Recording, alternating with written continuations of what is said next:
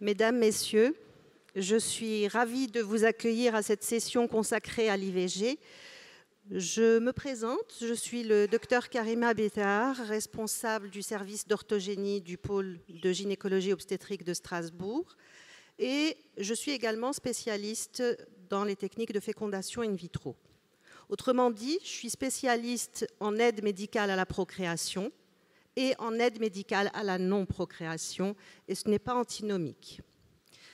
Notre équipe à Strasbourg et nos équipes en Alsace ont, depuis les 20 dernières années, beaucoup travaillé sur cette question de l'orthogénie. Et je peux vous dire qu'en Alsace, l'accueil des femmes et dans tous les centres alsaciens se fait sans délai, se fait dans le respect et se fait dans la bienveillance. Nous avons également travaillé depuis plus de 20 ans sur la prévention. Nous sommes une des régions qui a le taux d'IVG le plus bas en France. Et là, les équipes se félicitent puisque c'est grâce à ces informations que nous donnons, et si on pense qu'on a commencé il y a 20 ans, eh bien les adolescents sont des adultes et le message continue à circuler et ça permet d'avoir cette culture de contraception, cette culture d'entendre les femmes, et la clinique de l'IVG nous a appris énormément. J'ai entendu dire, mais l'IVG est un droit. Pourquoi on fait un débat? Eh bien, ce n'est pas parce qu'un droit est là qu'on se refuse de parler, qu'on se refuse d'écouter les autres. Nous sommes dans une société où il est important d'entendre toutes les voix. Et c'est pour ça que nous avons, parmi nos invités, des personnes qui pratiquent l'IVG, qui sont pour, d'autres qui sont contre. C'est notre société et c'est le but de ce débat. Alors, je voudrais commencer par vous présenter nos orateurs. Dr Odile Buisson, qui a été parmi les premiers dans le monde à travailler et à faire des travaux sur le plaisir sexuel féminin. Ce qui n'est pas peu dire, parce que quand ça a commencé, personne n'en parlait vraiment. Et elle a écrit avec le professeur Pierre Foldès un livre paru en 2011, « Qui a peur du point G ?» Toute une question. Brigitte Letombe est gynécologue obstétricienne à Lille. Brigitte a énormément travaillé, sur l'endocrinologie, la contraception, l'orthogénie, et elle viendra nous faire part de son expérience à Lille, mais elle a coécrit un livre avec le professeur Nizan et Sophie Marinopoulos si on parlait à nos ados de sexe. Et je vous invite à le lire parce qu'il est passionnant. Monsieur Derville, je ne vous connaissais pas. Je viens de vous connaître. J'ai appris que vous étiez très impliqué dans les associations et vous avez fait entendre votre voix via ces associations, via des débats et des manifestations sur ce que vous pensez. Vous êtes contre l'IVG, vous êtes contre la PMA, contre la GPA, contre l'euthanasie, contre le mariage pour tous, et vous avez accepté de venir. Je préciserai ma bio un peu, voilà, dans un sens plus positif. Voilà. C'est ce message qui apparaît. Je suis ravie que vous soyez là parce que si finalement on était entre nous à dire on est content, on est tous contents, l'IVG est là sans écouter les autres, eh bien ça ne serait pas un débat de société et je vous remercie d'avoir accepté. Merci. Et pour finir, je vous présente Nadine Knezovic-Daniel qui est cadre sage-femme dans le pôle de gynécologie obstétrique de Strasbourg. Je côtoie Nadine tous les jours. Et tous les jours, je peux vous assurer qu'elle ne ménage pas sa peine pour former les équipes, traiter de telle manière que la bienveillance, la bienfaisance soit présente. Elle est extrêmement attentive. Elle a développé des pistes dans le deuil périnatal, écouter les couples, écouter ce que les patients ont à nous dire. Un travail exceptionnel. Et son dernier travail a été d'enregistrer en vue de le diffuser aux étudiants de médecine, un débat qui a eu lieu à l'occasion de la sortie du film Les Chatouilles sur les violences sexuelles, un débat extrêmement riche. Voilà, je vais arrêter là. parce que nous sommes impatients d'écouter nos orateurs et j'invite le docteur Buisson à commencer à nous faire son exposé. Je vous remercie, madame, et puis bonjour à tous. Alors, vous le savez, les mouvements anti-IVG redressent la tête. Hein, et ils disent que faire un avortement, c'est ôter une vie et c'est un crime. En cela, ils culpabilisent toutes les femmes qui subissent des avortements des IVG et les médecins qui les pratiquent. Mais ce qu'ils disent n'est pas exact. Ça n'est pas exact, car la vie, le terme la vie, c'est un terme qui a plusieurs sens. C'est un terme polysémique. Alors ça peut vouloir dire la vie d'un processus vivant, inachevé, incomplet, complet, en devenir, normal ou pathologique. C'est une indécence du terme la vie. Et puis il y a un deuxième sens, c'est la vie, telle que vous et moi la connaissons. La vie avec une interaction avec le monde, avec une transcendance au monde, qui fait de nous des êtres sensibles, avec un passé historique, une présence et un avenir conditionné par un tas d'interactions sociales. Nous sommes au monde. Vous le savez très bien, les pays qui ont une politique anti-abortive créent du désespoir, puisque les femmes qui ne veulent pas de leur enfant se font avorter ou s'avortent elles-mêmes. En cela, nous savons très très bien maintenant, et récemment la présidente du planning familial l'a rappelé, que dans le monde et particulièrement en Afrique, une femme meurt toutes les 9 minutes de s'être fait avorter ou de s'être avortée elle-même. Donc, sachant cela, nous savons que sur la planète manque des milliers de femmes, des millions de femmes, qui, parce qu'il n'y a pas eu de politique abortive, sont mortes. Et non seulement sont des femmes, mais ce sont des mères, ce sont des épouses, ce sont des amants parfois. Et les mouvements qui sont contre la politique abortive créent finalement les conditions d'un féminicide passif. Féminicide parce que ces femmes décèdent par le simple fait d'être femmes, passif parce qu'elles sont vraiment en danger et qu'on ne leur permet pas de survivre. Le premier devoir d'un humain, je pense, c'est de lutter pour sa survie. Et le deuxième devoir d'un humain, c'est, une fois que sa survie est assurée, de diminuer la souffrance au monde. Donc, sachant cela, persévérer dans une politique contra-IVG, c'est devenir finalement complice d'un féminicide qui, nous le savons, de toute façon se produira, puisqu'il se produit déjà en Afrique et dans les pays qui sont dépourvus de politique. Ceci étant dit, le sachant, on a aussi une responsabilité d'humain. On ne peut pas exercer une politique abortive sans la contrepartie, qui est une politique de contraception, une politique contraceptive efficace. Et quand je dis une politique contraceptive efficace, ce n'est pas de la contraception naturelle avec 15% d'échecs. C'est vraiment de la contraception médicale, telle que nous l'avons connue ces dernières années. Or, je dois reconnaître que je suis un peu déçue, car depuis 2010, on note une baisse de la politique contraceptive. Il y a eu un découplage en faveur peut-être d'une politique pro-avortive. Et je regrette à cet égard que le ministère de la Santé précédent, quand il existait encore un ministère de la Santé, sous l'égide de Marisol Touraine, ait si mal réagi lorsqu'il y a eu cette crise de la pilule. Le ministère a paniqué et n'a pas réagi comme il aurait fallu. On en voit le résultat. Des petites gamines maintenant ont peur de la pilule, font leur contraception un petit peu au petit bonheur la chance, pensent qu'un avortement c'est simple, il suffit de prendre un comprimé et puis 2 jours à 3 jours après, c'est comme la chasse d'eau, tout est évacué. Elles sont à cet égard très très surprises quand ça ne se passe pas du tout comme ça, et quelquefois il y a des échecs cuisants. Et c'est créer un marquage chez ces jeunes filles qui n'est pas du tout acceptable. Enfin, quelle mère de famille voudrait que sa fille vive ça? Personne. Donc oui, il faut une politique abortive.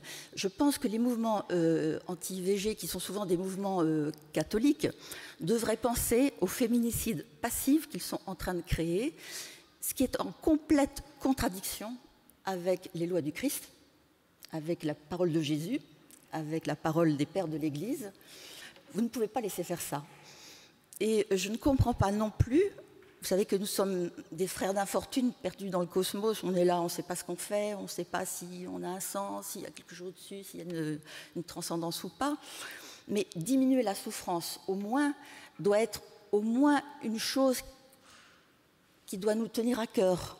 Et je ne comprends pas non plus l'attitude du Vatican, qui n'a jamais considéré toutes ces femmes, toutes ces mères, parce que non seulement des femmes vont mourir, mais ces femmes sont des mères. Donc ça déstructure toutes les familles. Et perdre sa maman pour un petit enfant, c'est, je crois, la pire des choses qui puisse arriver. Comment l'Église ou ses affiliés peuvent encore supporter ce fait de féminicide passif? Ne vaut-il pas mieux sacrifier, je suis d'accord, un processus vivant non achevé pour sauver des processus vivants achevés que nous sommes tous en pleine interaction avec le monde? Je trouve que la politique de l'Église m'interpelle, je la trouve étrange et je la trouve en complète contradiction avec les lois du Christ. C'est tout.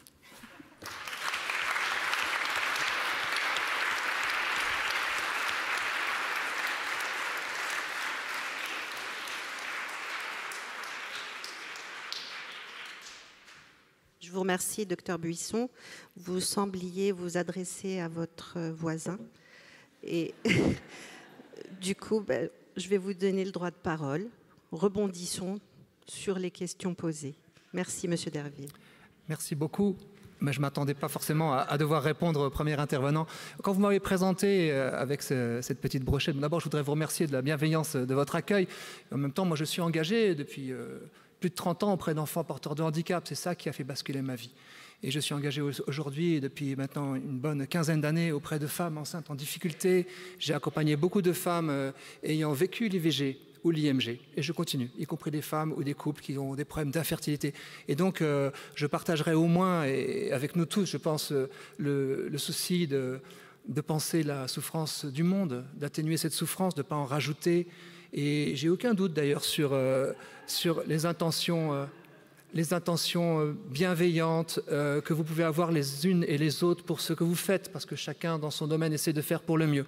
Et pour autant, je vais être un poil à gratter, c'est certain, dans ce débat, et peut-être c'est ce que vous attendez aussi d'ailleurs. Je dois dire d'abord que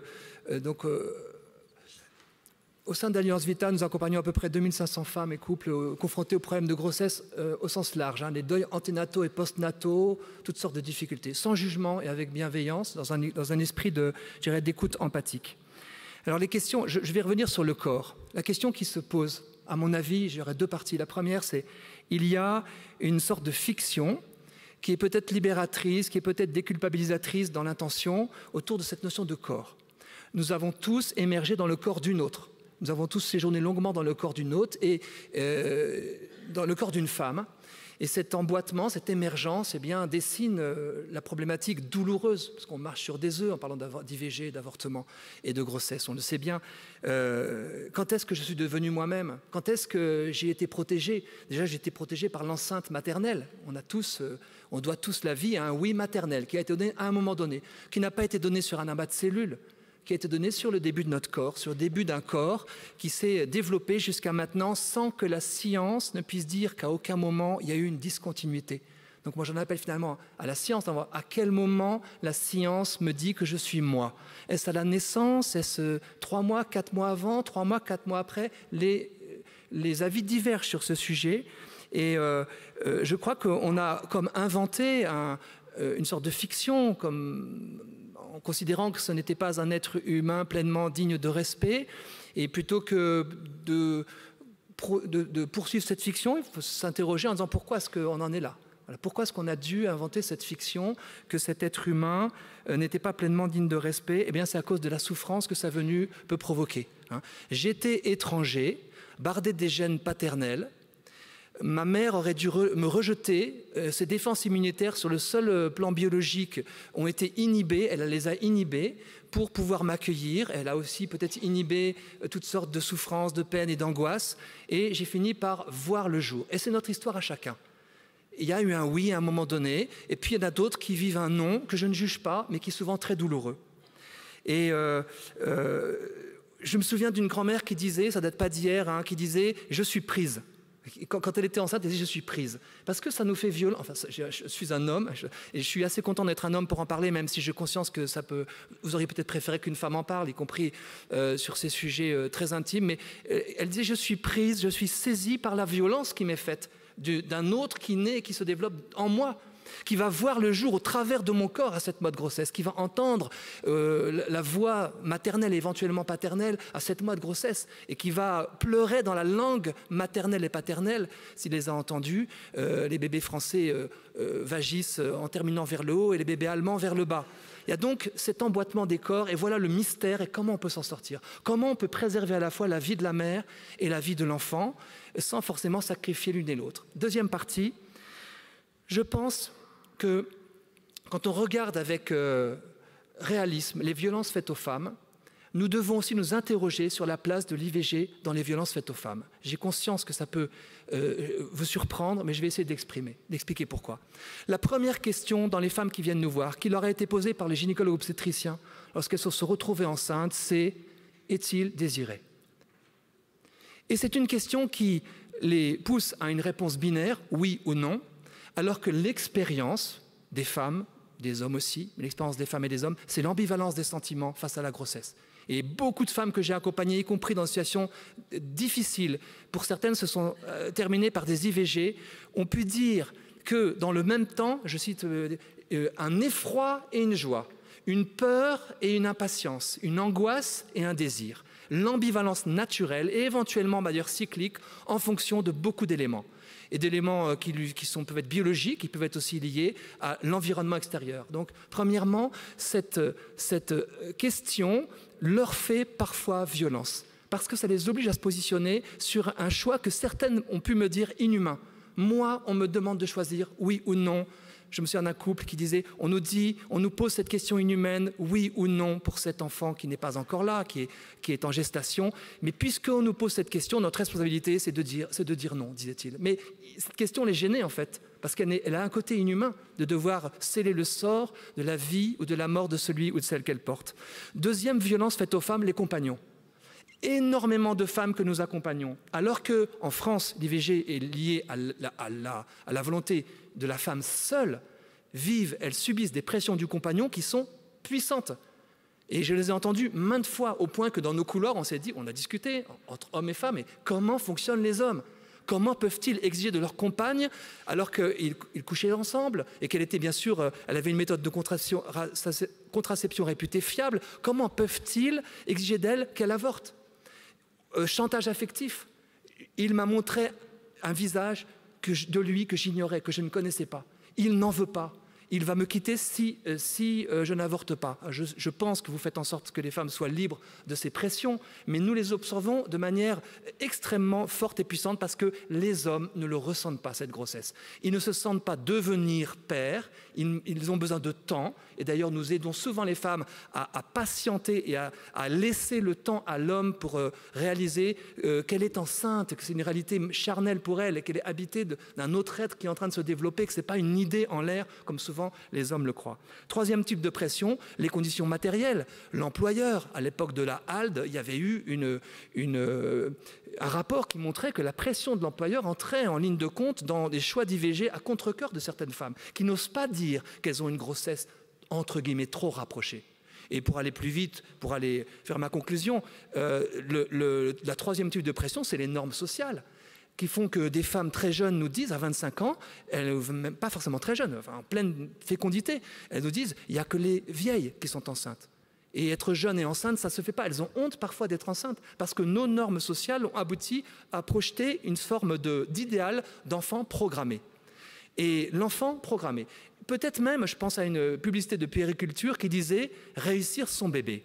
Et donc, pèse sur les femmes l'injonction d'avoir des enfants bien désirés, bien programmés et bien en bonne santé. Et quand l'un ou l'autre de ces éléments n'est pas là, il est parfois difficile pour elles de résister aux normes dans lesquelles je m'implique volontiers. En tant que responsable d'association, je vois bien que les grossesses qui adviennent ici ou là peuvent induire des jugements de l'extérieur chez les hommes ou les femmes autour des personnes. Je rappellerai aussi 2 choses. Vous citiez la contraception et vous évoquiez tout à l'heure la prévention plus forte qui est faite ici et dont on peut se réjouir. 72% des femmes qui vivent une IVG étaient sous une méthode de contraception dite fiable lorsqu'elles se sont retrouvées enceintes. C'est le fameux paradoxe contraceptif français. Un très fort taux de recours à la contraception fiable est compatible avec un fort taux d'IVG. Les hommes et les femmes ne le savent pas forcément. Et nous avons fait avec Vita une campagne uniquement avec des femmes, distribuant aux hommes des prospectus pour leur expliquer ce paradoxe, expliquer que dans bien des cas, il n'y a pas une garantie à 100%. Et ce qui fait qu'elles peuvent être trompées ou ils peuvent se sentir trompés. Tu m'as fait un enfant dans le dos alors que simplement elle a oublié sa pilule ou simplement il y a une rupture de préservatif. Et donc ces pressions sont considérables, aboutissant à un sentiment de douleur qui persiste et qui est la réalité. Nous avons le sondage IFOP 2016 qui montre que 91% des femmes estiment, des femmes françaises, estiment que l'IVG laisse des traces psychologiques difficiles à vivre. Je ne pense pas que ça soit induit par nous, c'est un sondage d'opinion. Et également 72% des femmes dans ce même sondage qui aimeraient que la société fasse davantage pour éviter aux femmes l'IVG. Ce que sans doute vous essayez de faire à Strasbourg avec le travail de prévention, mais il y a au fond toute une place et nous plaidons pour cette place. Nous éditons un guide des aides aux femmes enceintes, toutes les aides publiques, qui est édité chaque année, qui est distribué par les travailleurs sociaux pour qu'elles puissent avoir la possibilité de ne pas avorter à contre-cœur, ce qui est malheureusement très souvent le cas. Et pour conclure, mais là je réponds à ce que vous disiez, je suis contre toute forme de violence faite aux femmes et je sais que vous êtes en pointe contre ces violences dans certains domaines et dans celui aussi que vous avez évoqué. Il faut quand même noter qu'il manque 80 millions de femmes, 40 millions en Inde, 40 millions en Chine, du fait de l'avortement sexo-sélectif des femmes, le féminicide. C'est donc...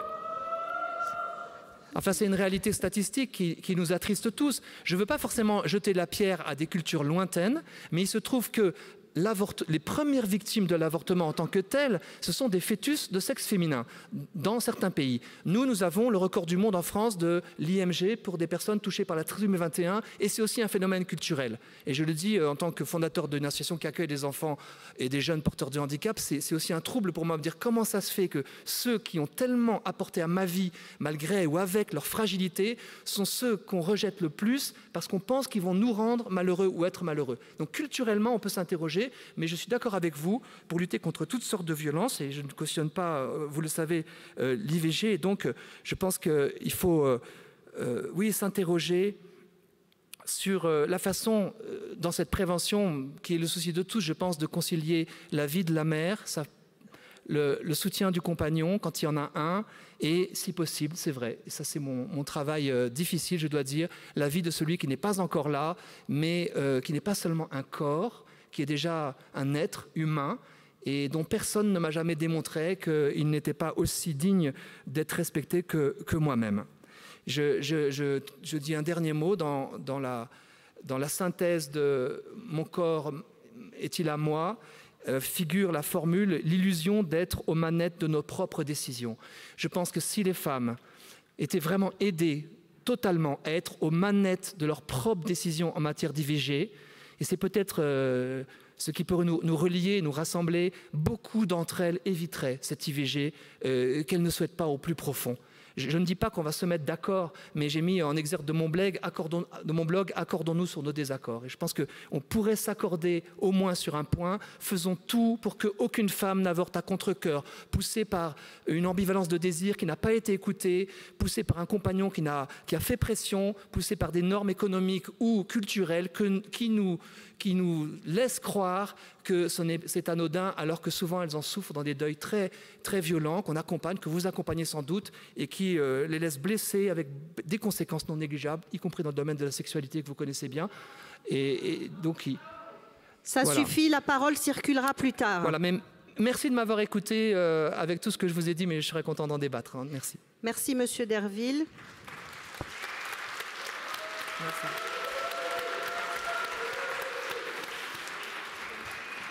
Et je peux dire à Monsieur Derville et à nos invités que j'ai honte de ce comportement, surtout que les personnes qui sont en train de ululer pourraient très bien parler dans un micro plus tard, et que quand ces personnes qui ne semblent pas d'accord viennent à nos réunions de l'Observatoire, eh bien on aimerait qu'elles s'expriment. Alors vous vous exprimerez plus tard, mais je vous demande du respect, s'il vous plaît.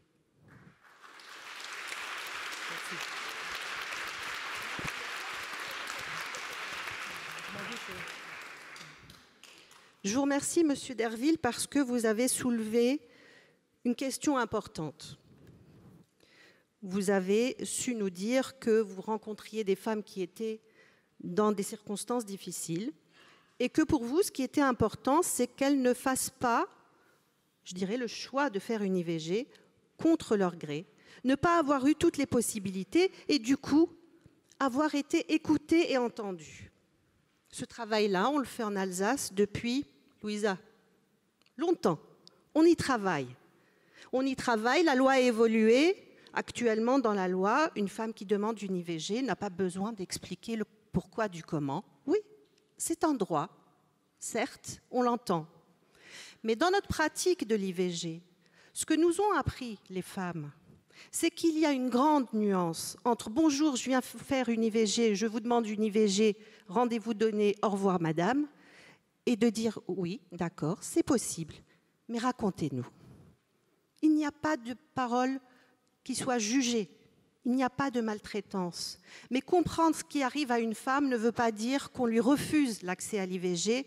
Et au niveau de la région Alsace, on a des équipes pluridisciplinaires avec un travail fait par nos psychologues et même les sages-femmes et les médecins s'y sont mis pour pouvoir entendre et avoir cette oreille et de dire qu'est-ce qu'elle est en train de nous dire, qu'est-ce qu'elle demande. Et je crois que là, effectivement, ça peut être une clé. Et je voudrais passer la parole à Brigitte. Docteur Letombe, tu travailles à Lille et j'ai l'impression qu'il peut y avoir des difficultés même si on a une équipe qui est bienveillante et qui fait au mieux.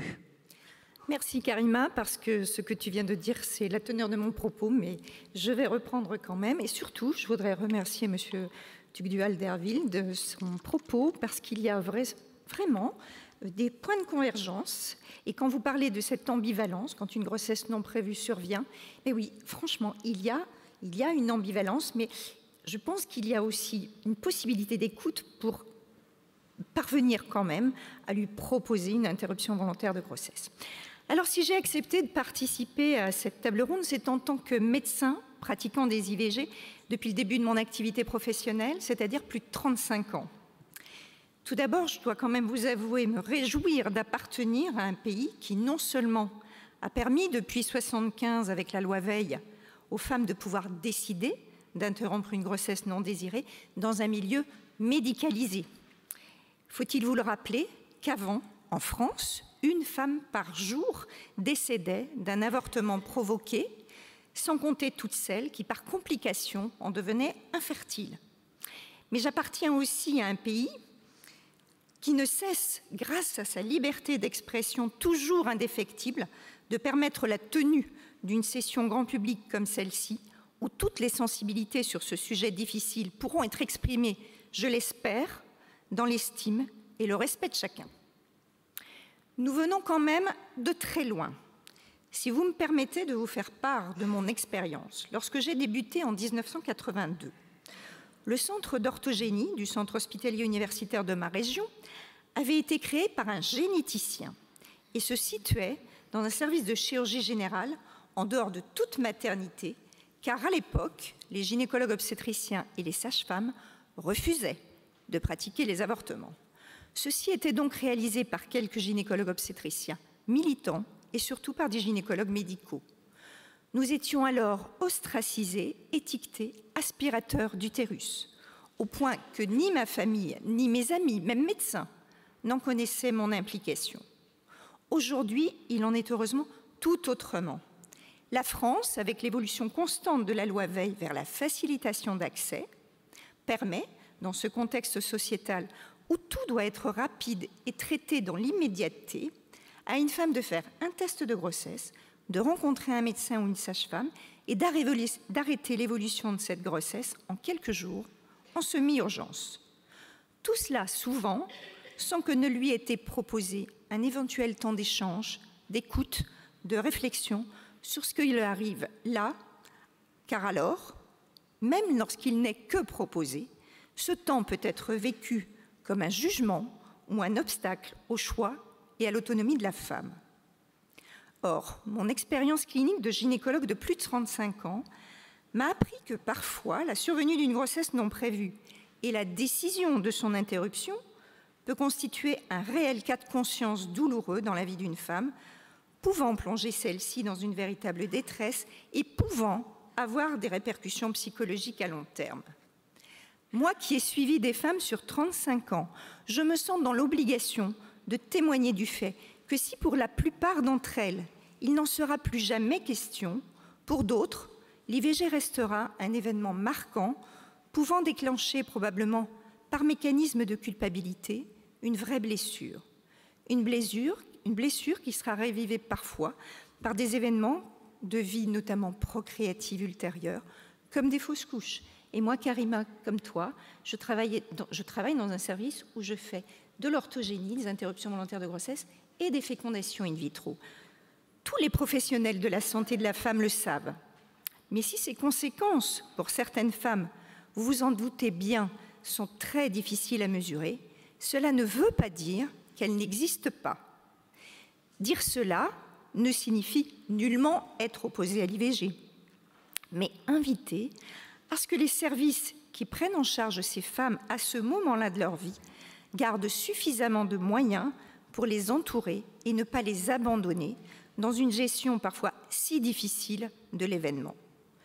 Dans ce domaine, nous médecins sommes interpellés à double titre. D'abord pour entendre la demande qui est formulée, accueillir cette éventuelle angoisse qu'elle exprime, et ensuite pour proposer les différentes techniques, enfin en cas d'IVG chirurgicale, pour réaliser aussi le geste. Loin de moi, militante des premières heures, bien sûr de vouloir obérer l'autonomie de la femme qui me consulte, surtout dans un domaine aussi intime qu'une grossesse débutante, et de ne pas respecter son choix. Mais il me semble que l'autonomie d'une femme ne peut s'exercer que lorsqu'elle est véritablement informée, ce qui m'incombe pour partie, et que le respect de son choix ne me dispense en rien de la responsabilité de l'acte que j'accepterai de pratiquer dans ce cadre. L'éthique médicale, on en parle depuis le début de la semaine, comprend l'autonomie, bien sûr, mais aussi la responsabilité, la bienfaisance et la non-malfaisance. Or, dans la volonté de diminuer constamment les dépenses de santé se cachent deux conséquences négatives. 1. La difficulté désormais de pouvoir proposer un accompagnement psychosocial qui était vécu à tort comme un lieu de justification et qui, de ce fait, a disparu dans les centres hospitaliers par disparition des ressources humaines. L'alibi d'absence d'obligation de cet entretien et la disparition du délai ont été bien sûr largement utilisés par l'administration comptable pour faire des économies de personnel. Il en est de même avec l'éclatement de la prise en charge et l'IVG médicamenteuse qui est pratiquée en ville par des médecins libéraux ou des sages-femmes qui n'ont pas obligatoirement de référent en matière de soutien psychologique. Et de deux, c'est peut-être le plus dangereux, un climat sociétal poussant à la réalisation de son désir immédiat, avec une grossesse toujours repoussée plus tard, suivant le slogan « un enfant quand je veux », qu'il serait sans doute très sage de transformer en un enfant quand je peux. Incontestablement, si nous, médecins, pouvons empêcher de façon tout à fait efficace une grossesse grâce à une contraception médicalisée, bien suivie bien sûr, il n'est pas suffisamment connu que l'AMP, l'assistance médicale à la procréation, ne parvient à satisfaire qu'un couple sur deux dans leur désir d'enfant et qu'il existe un paramètre que j'oserais appeler magique et précieux en dehors de toute conviction religieuse à la mise en route d'une grossesse. Si dans la majorité des cas, les femmes consultent avec un choix clair, surtout pour les femmes, pour ces grossesses qui surviennent par manque de suivi contraceptif et que l'interruption volontaire de grossesse, quant à débuter une grossesse non désirée, est certainement là la meilleure des solutions, il n'en reste pas moins que cette grossesse débutée et refusée par le choix qu'elle génère mérite souvent quand même un accompagnement et un soutien psychologique. Par ailleurs, nombre de grossesses non prévues ne sont pas que des échecs de contraception, comme les sociologues semblent bien vouloir nous en persuader. La fécondité d'une femme a partie liée avec son inconscient le plus profond. Et la survenue d'une grossesse à tel ou tel moment de sa vie, et surtout quand elle se répète, viennent là signifier quelque chose. Une souffrance, un malaise, ou même un désir qui ne peut s'assouvir et ne peut être traité par le simple accomplissement d'une interruption volontaire de grossesse. Quand une grossesse arrive, comme un cheveu sur la soupe, quand elle tombe mal, pour ce qui est de la réalité, souvent le temps et la réflexion permettent de faire émerger la teneur et la profondeur d'un désir inconscient.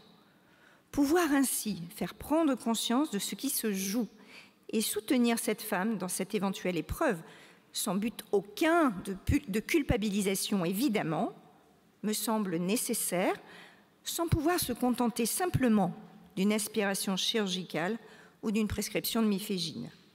Or, la simplification de l'IVG, grâce à la méthode médicamenteuse, pourrait la transformer en une simple contraception, ce qui n'est certainement pas, à mon sens, dans l'intérêt des femmes. Alors, pour soutenir mon propos, je vais vous présenter un cas clinique. Béatrice a 40 ans. Elle consulte, elle est à 8 semaines de grossesse avec une demande d'IVG. Elle vit avec son partenaire depuis 10 ans et élève en alternance les 2 enfants de ce dernier. Elle me dit ne jamais avoir voulu personnellement être mère et que cela était entendu avec son partenaire. Elle a quand même, par contre, toujours utilisé une contraception non médicalisée, mais avec succès, calcul, retrait, préservatif. Jusque-là, pas de souci. Et de plus, elle était totalement persuadée que du fait de son âge, plus de grossesse ne lui arriverait. Elle ne comprend vraiment pas comment cette grossesse est survenue et complètement déstabilisée par ce test de grossesse positif. Si jusque-là, pour elle, il était évident qu'elle n'aurait pas d'enfant, depuis la prise du rendez-vous, elle se dit complètement déstabilisée et se projette désormais éventuellement enceinte et même mère, ce qu'elle a osé évoquer auprès de son partenaire qui, lui, refuse totalement l'idée d'un 3e enfant. Elle a donc pris rendez-vous pour une méthode médicamenteuse et me demande au bord des larmes de la libérer au plus vite de cette ambivalence, au plus tôt, au mieux, me dit-elle, en lui prescrivant, si possible, la méthode médicamenteuse le jour même. Pour moi, en but à de nombre de femmes de plus de 40 ans désirant une grossesse à cet âge et en vain, il est évident que pour cette femme, il n'y aura vraisemblablement plus jamais d'autres grossesses.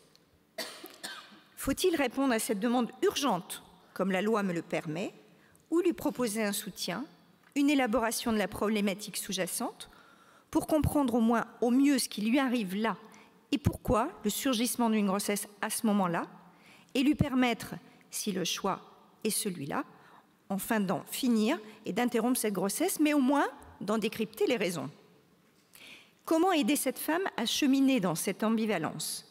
Quelle décision prendre là, maintenant, comme elle me le demande? Ici se pose la question éthique par excellence. Quelle semble être aujourd'hui la meilleure ou la moins mauvaise des décisions? Quelle est la signification de cette grossesse qui survient à un moment où elle dit ne pas la souhaiter? Que va-t-elle faire de cet événement pour la suite de sa vie? La survenue de grossesse impromptue entraîne souvent la femme dans un discours tentant de trouver une logique à un acte manqué qu'elle ne peut encore ressentir comme tel. Une grossesse non désirée, ou plutôt non prévue, est loin d'être un événement anodin, et l'IVG qui peut s'en suivre, loin aussi d'être aussi banal qu'on veut bien le dire dans la vie d'une femme ou d'un couple. Bien des femmes qui ont vécu l'expérience d'une interruption volontaire de grossesse soulignent combien un soutien psychologique bienveillant est important, même lorsque, à première vue, la décision paraissait évidente. Vous l'avez compris, je pense, je plaide pour que l'on évite de glisser sur la pente tentante de la banalisation de l'IVG, pour en faciliter encore l'accès, ce que je peux comprendre, et que nous faisions en sorte de pérenniser des services adaptés, permettant une prise en charge globale, sans transformer cet événement en un simple oubli de pilule résolu très vite par une prise rapide de comprimés abortifs. Je vous remercie.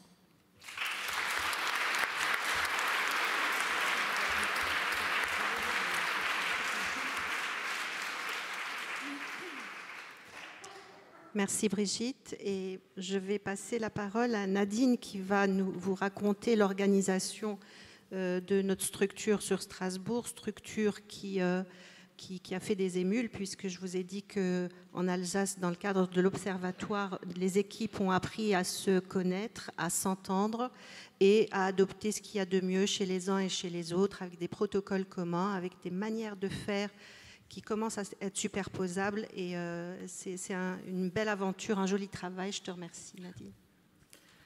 Bonjour. Alors, l'IVG est un sujet complexe, on vient de l'entendre, mais avant de démarrer, j'avais envie de partager avec vous cette citation de Simone de Beauvoir. « N'oubliez jamais qu'il suffira d'une crise politique, économique ou religieuse pour que les droits des femmes soient remis en question. Ces droits ne sont jamais acquis, vous devrez rester vigilante votre vie durant. » Cette situation est toujours d'actualité. Et je tiens à préciser que même si je dis ça, je préférerais que tout le monde se respecte dans le silence. Merci. Donc, l'IVG est un droit pour les femmes en France, très clairement. Pourtant, l'accès à ce droit peut être perturbé par différents facteurs. Des pénuries de praticiens dans des déserts médicaux, des fermetures de centres, des manques de moyens dans des centres hospitaliers, des désintérêts de certaines équipes. Ça reste un droit fragile.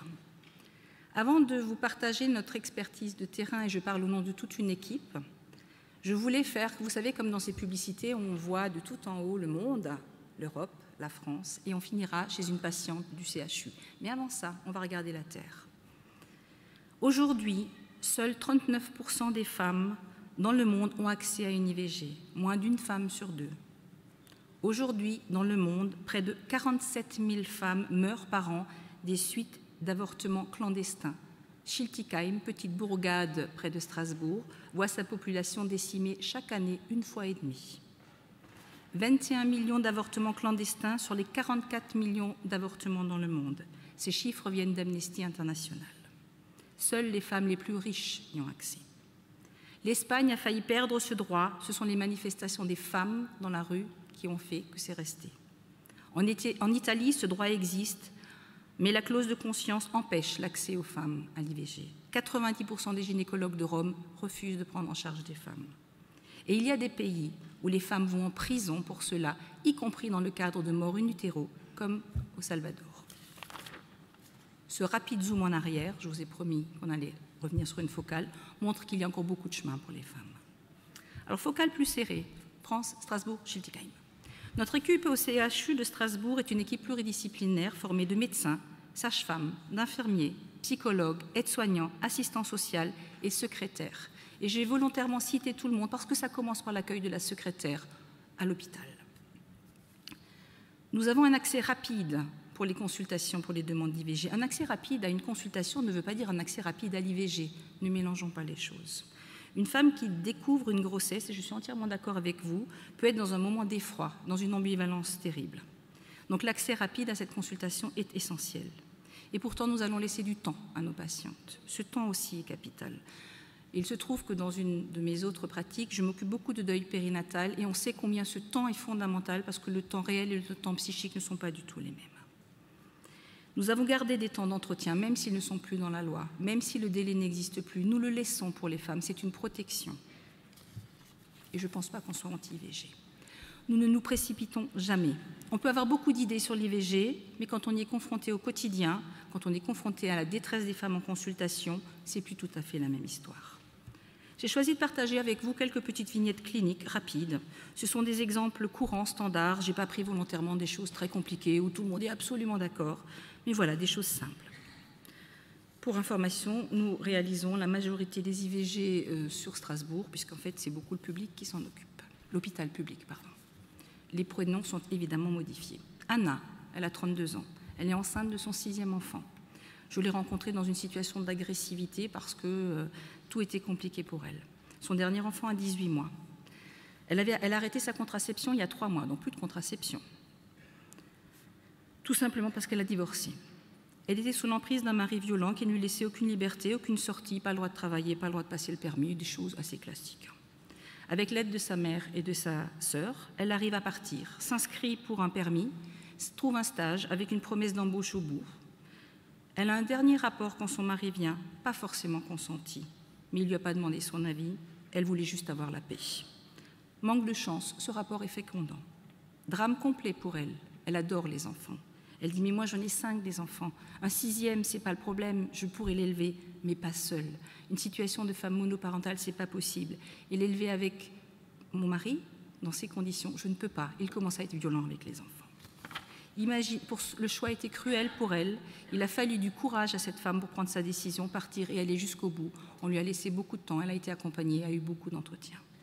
Deuxième situation, Maëva, 13 ans, élève en 4e au collège. Premier rapport, pas de pénétration, et pourtant elle est enceinte. Elle arrive avec son petit sac Eastpak au bout, avec, vous savez, la petite peluche qui pendouille sur le côté. Ses parents divorcés, c'est pas une famille éclatée, mais voilà, ses parents sont divorcés, ils travaillent, pas de place pour un enfant dans cette famille. Elle veut continuer ses études, c'est un véritable accident de parcours. Sa maman a dit, mais je ne l'ai pas vu grandir, je ne vais pas parler de contraception. Commencer sa sexualité par une IVG laisse forcément une trace. Mais garder une grossesse à 14 ans, arrêter ses études, en laisse une autre bien plus importante. Delphine, 3e exemple et dernier. Jeune fille de 25 ans, 4e IVG en 2 ans. On commence déjà à frémir, les pour, les contre. Complètement indifférente, ne prend aucune contraception. Elle est quasiment dans la provocation.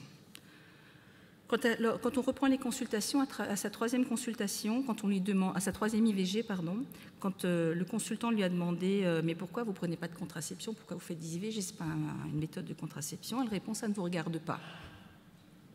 Pas très agréable d'un point de vue professionnel. Cette fois-ci, le consultant, qui a une formation dont je parlerai tout à l'heure, la reçoit, ne la connaît pas, reprend le dossier, et le consultant lui dit simplement son inquiétude, sans aucune notion de jugement, de son inquiétude pour elle. Mais pourquoi vous vous infligez ça? Est-ce qu'on vous a expliqué les différentes méthodes? Est-ce que... Voilà, juste un intérêt pour cette femme. Et lui pose la question, parce qu'elle sort de formation. Est-ce que dans votre vie, vous avez vécu des violences sexuelles, physiques ou verbales, pendant votre enfance ou un moment de votre vie? Je vous la fais courte, ça a été fait de manière un peu plus fine. Grand moment de silence. Delphine s'effondre. C'est la première fois qu'on lui pose cette question. Après des torrents de larmes, elle arrive enfin à énoncer. Elle a été abusée de l'âge de 8 à 12 ans par un proche et n'en a jamais parlé. Elle se déteste son corps, s'allie et estime qu'elle ne vaut rien. Donc les IVG, quelle importance.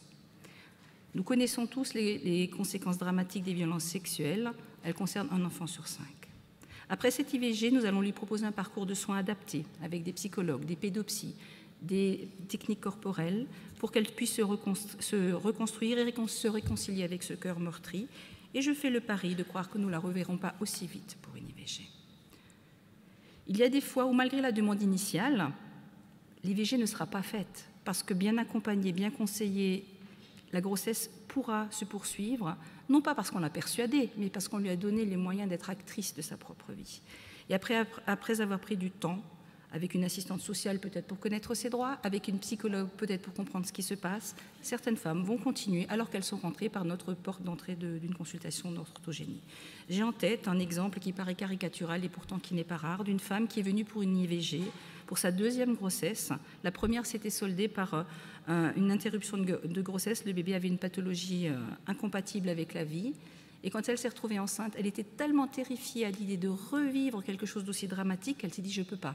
Donc j'arrête la grossesse. Bien évidemment, les professionnels ont fait un time-out et on dit « là, on va se poser ». Et cette femme a pu continuer sa grossesse et accoucher. Bien sûr que ces situations nous interpellent en tant que professionnels, nous ébranlent, mais nous ne sommes jamais dans le jugement.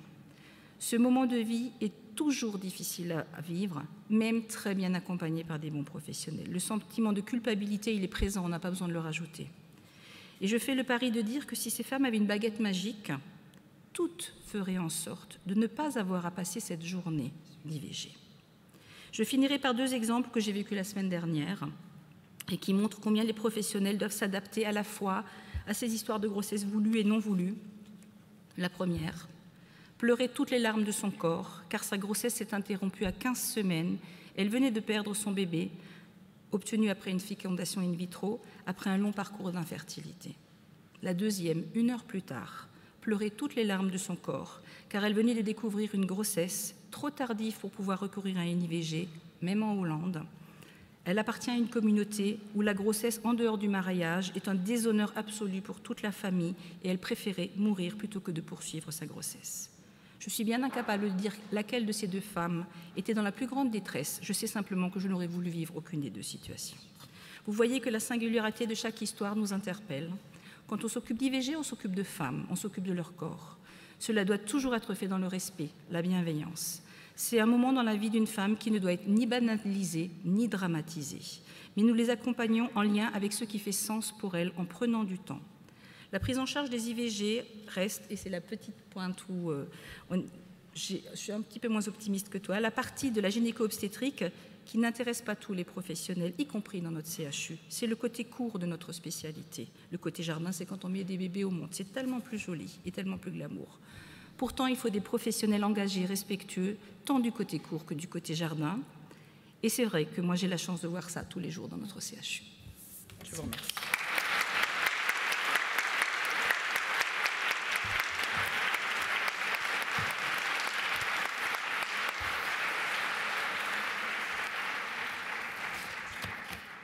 Merci Nadine. Là, je pense que le public va pouvoir vous poser les questions. Qui souhaite intervenir? Bonsoir, j'ai quelques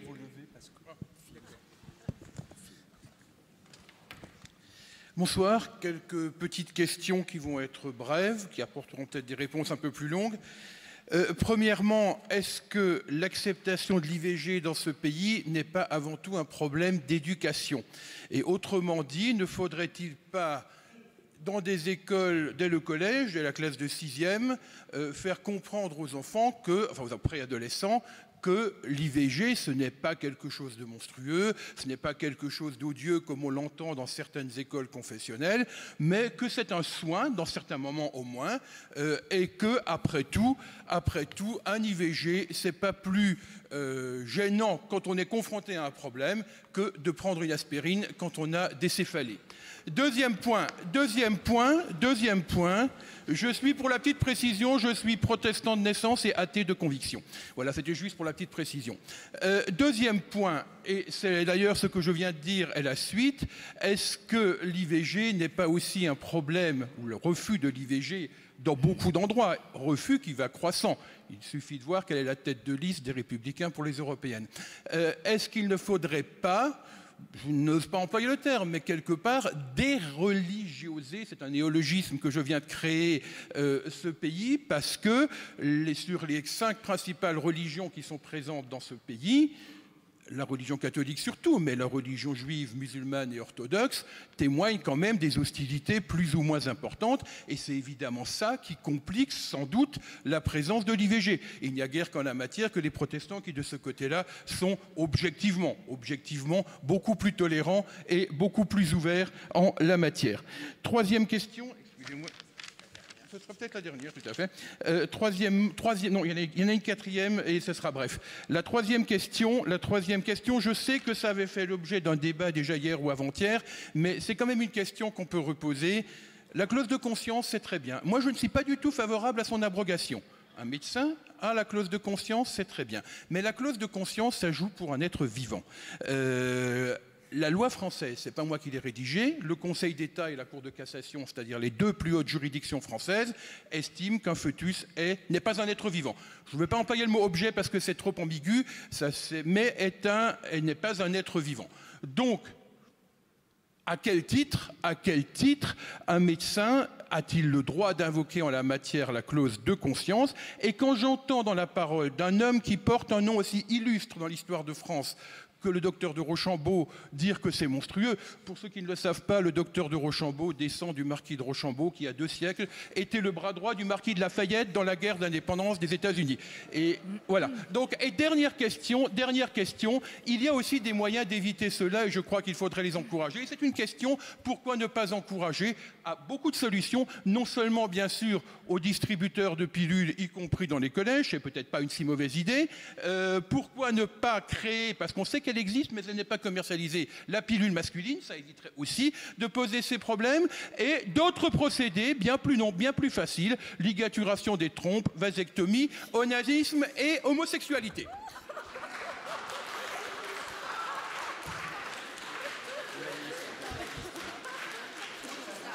Odile Buisson. Monsieur, je vous remercie de votre intervention.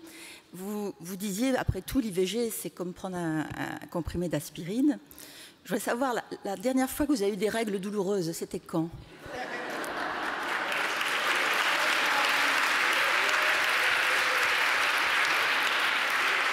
D'une part, je pense que vous ne pouvez pas parler à la place d'une femme en disant c'est un cachet d'aspirine, parce que nous, dans les faits, quand on se voit, ce n'est pas du tout aussi facile qu'un cachet d'aspirine.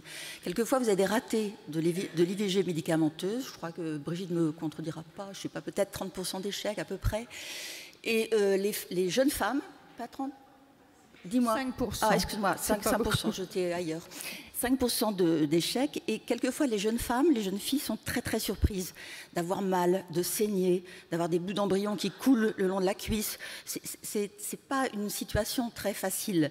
Donc, vous ne pouvez pas dire, après tout, l'IVG, c'est pas grave, ça fait mal, ça fait saigner, ça fait gamberger.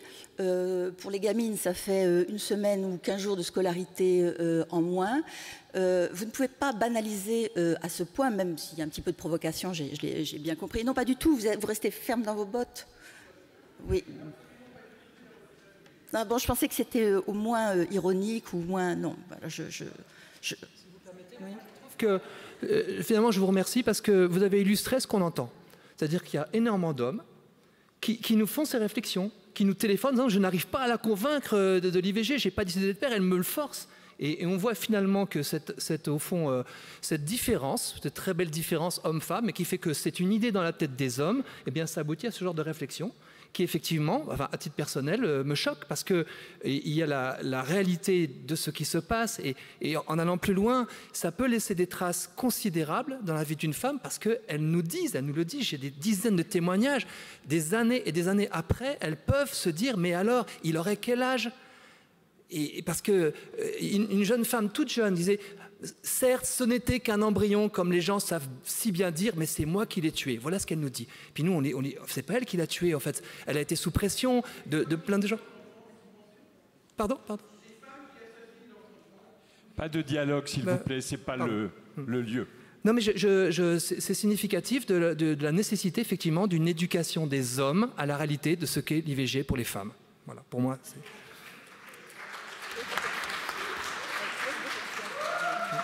Est-ce que je peux répondre? Monsieur, je suis désolée, mais la difficulté qu'a une femme à interrompre une grossesse et sa culpabilité n'ont pas de connotation religieuse en général. C'est simplement le fait de se savoir enceinte. C'est très compliqué pour une femme d'avoir ce choix à faire. Et c'est en ça que je suis tout à fait d'accord avec vous que sans doute nous aurions besoin à ce que les contraceptions médicalisées soient mieux suivies. Mais il n'y a pas besoin de mettre des distributeurs dans les lycées, comme vous le dites. La contraception, elle ne peut être bien suivie que si elle est adaptée. La contraception, c'est pas si simple, monsieur. Et expliquez. La contraception hormonale, aujourd'hui, nous avons des difficultés à la faire accepter par les femmes à cause d'un courant médiatique sociétal sur les dangers des hormones. Donc nous avons des difficultés. Il y a d'autres contraceptions que l'on peut utiliser, bien sûr. Quand vous parlez d'autres contraceptions, on a des contraceptions au long cours, on a des dispositifs intra-utérins, on a éventuellement, pour ne pas parler de pilules, on a des implants. Toutes ces choses-là peuvent être utilisées, mais il y a, je suis désolée de le dire, il y a aujourd'hui une régression au niveau de la prise contraceptive. Mais ça, c'est un climat sociétal, ça n'est pas le fait que les médecins ne fassent pas leur travail, et ce n'est pas en mettant un distributeur, où que vous le vouliez, au lycée ou ailleurs, dans des lieux d'accès faciles pour les jeunes, qu'on résoudra le problème. Louisa avait le...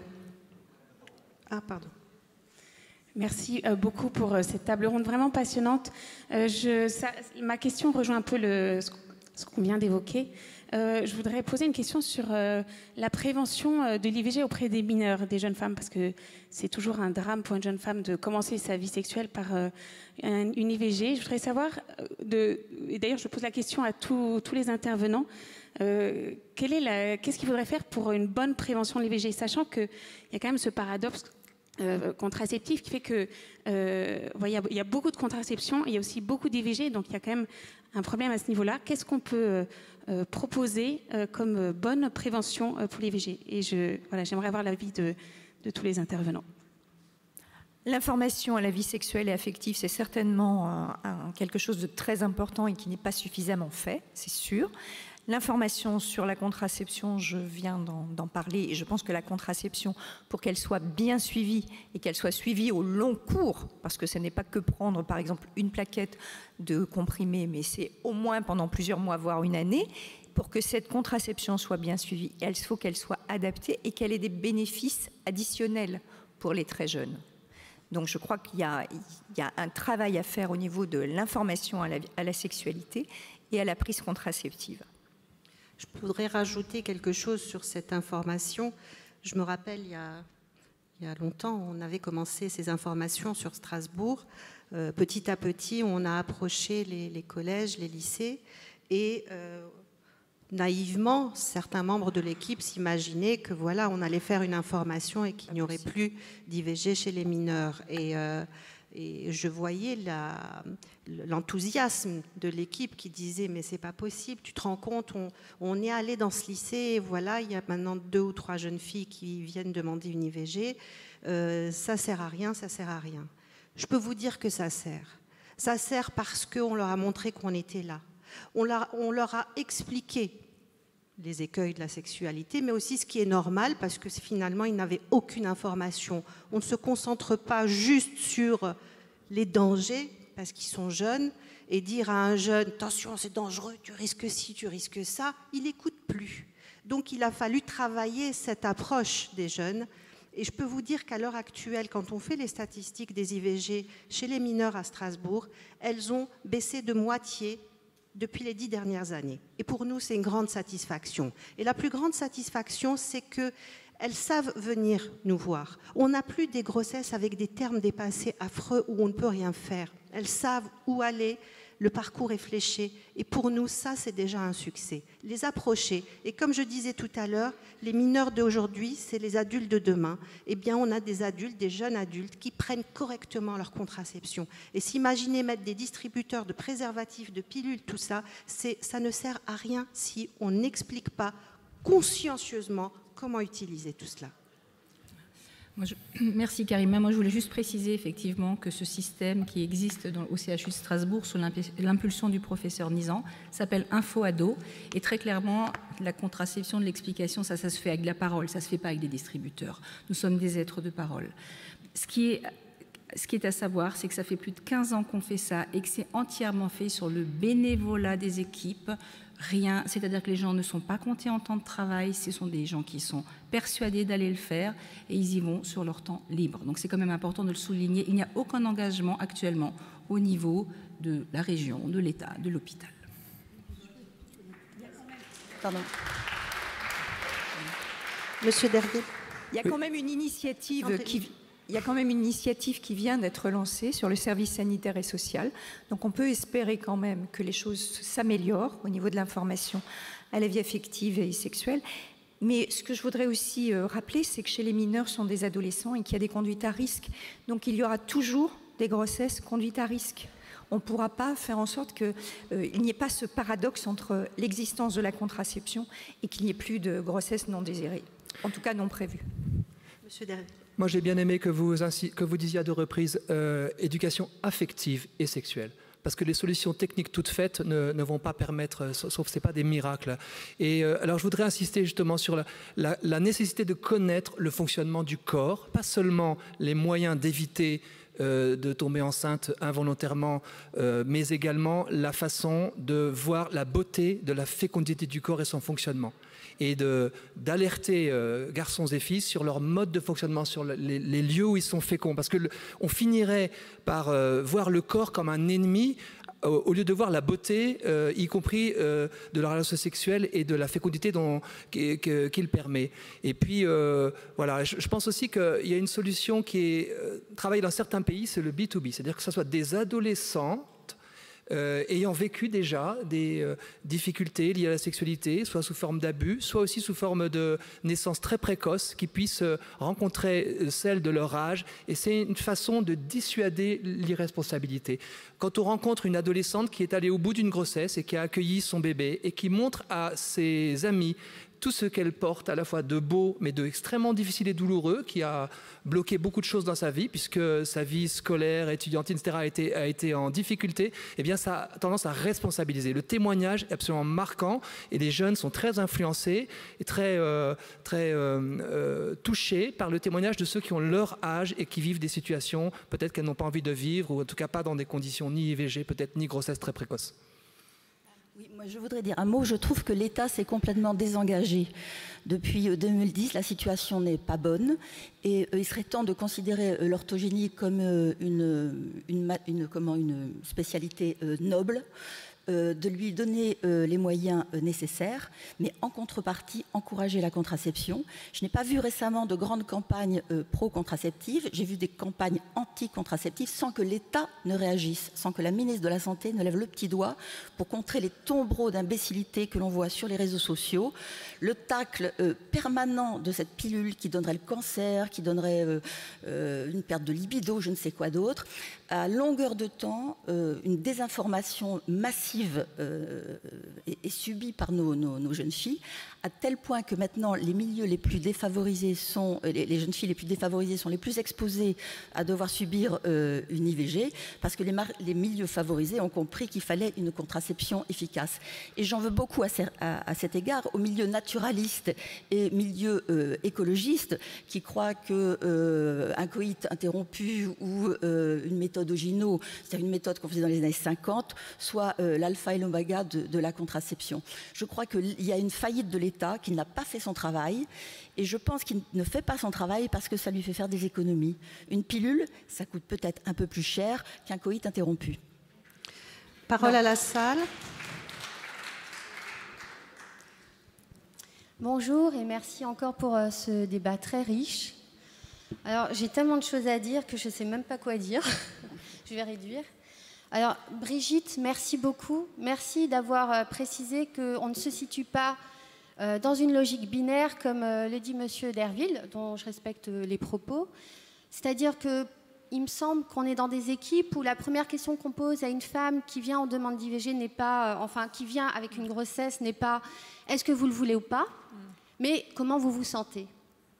Et on se bat non pas pour un droit à l'IVG uniquement en tant que soin médicalisé, mais en tant qu'acte accompagné par la parole, parce qu'on est des êtres de parole. Et la parole, comme disait le docteur Letombe, fait qu'on est des êtres humains structurés et justement structurés entre volonté et désir.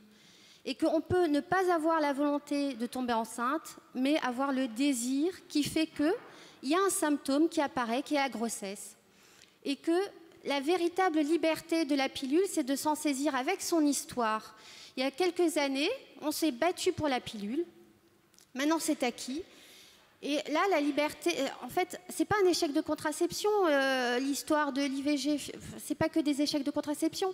C'est-à-dire, effectivement, le professionnel se sent en échec parce qu'il se dit, oh là là, c'est la 3e fois qu'elle vient pour une demande d'IVG, à côté de quoi je suis passée? Est-ce que je lui ai mal expliqué comment prendre la pilule? Effectivement, on va dire, j'ai oublié ma pilule, mais comme le disait Brigitte, ça s'appelle un acte manqué. C'est une question d'inconscient aussi, qui fait qu'on n'arrivera jamais à un 0 IVG. Et qu'effectivement, il y a les explications sociétales, mais aussi des explications humaines. L'IVG est la conséquence d'un symptôme, qui est la grossesse, qui n'est pas associé forcément à un désir d'être enceinte. Pour une jeune fille adolescente, c'est le désir de questionner sa mère, quelquefois, le désir de questionner son compagnon. Et alors, je suis outrée par les propos que certains ont sur les compagnons.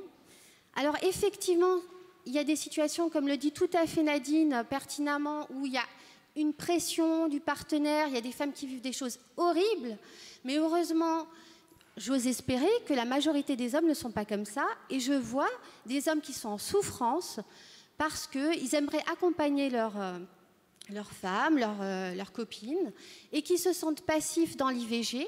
Et il me semble que là aussi, il y a à se battre pour leur amener à pouvoir parler de leur façon de vivre l'IVG. Ils vivent aussi l'IVG, les hommes. Voilà.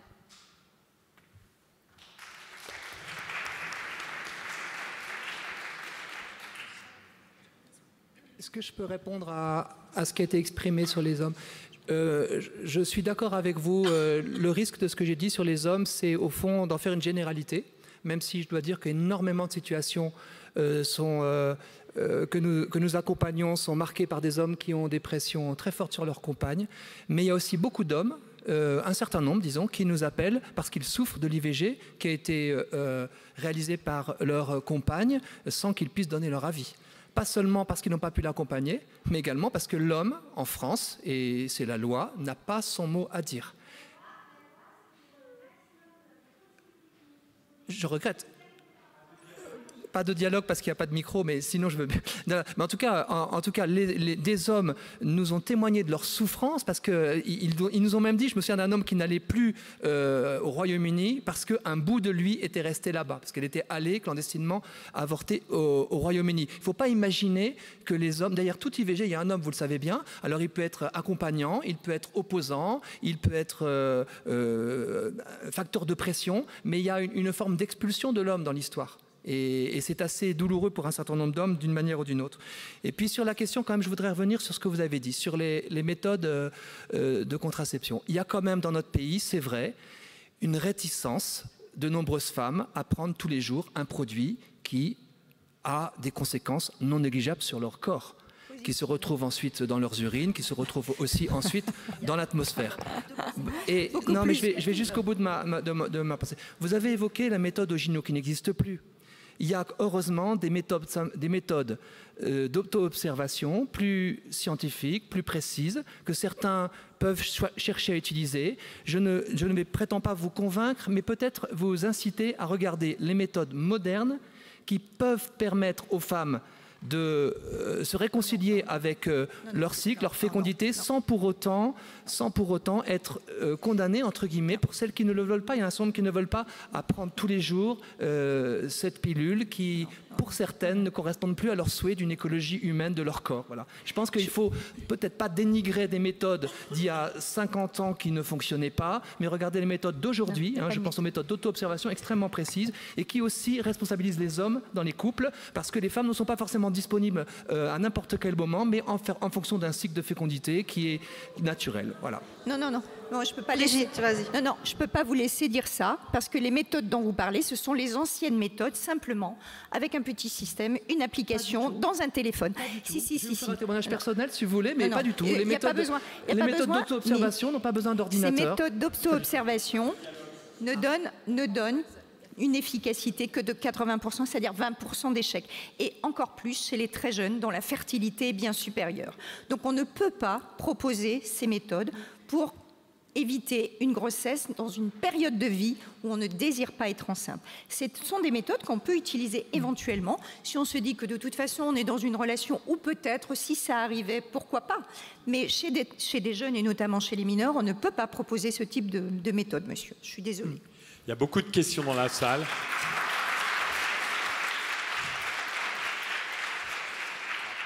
Monsieur.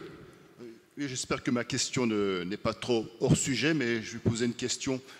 Tous ces peuples qui sont tout proches de Mère Nature, comme les Indiens d'Amazonie, anciennement les Indiens des États-Unis, les Pygmées, les Papous, eux, comment ils ont fait pour gérer les problèmes de contraception, les problèmes d'IVG?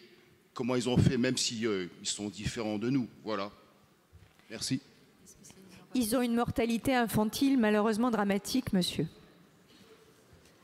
Ce qui n'est pas le cas chez nous, heureusement. Michel? Michel.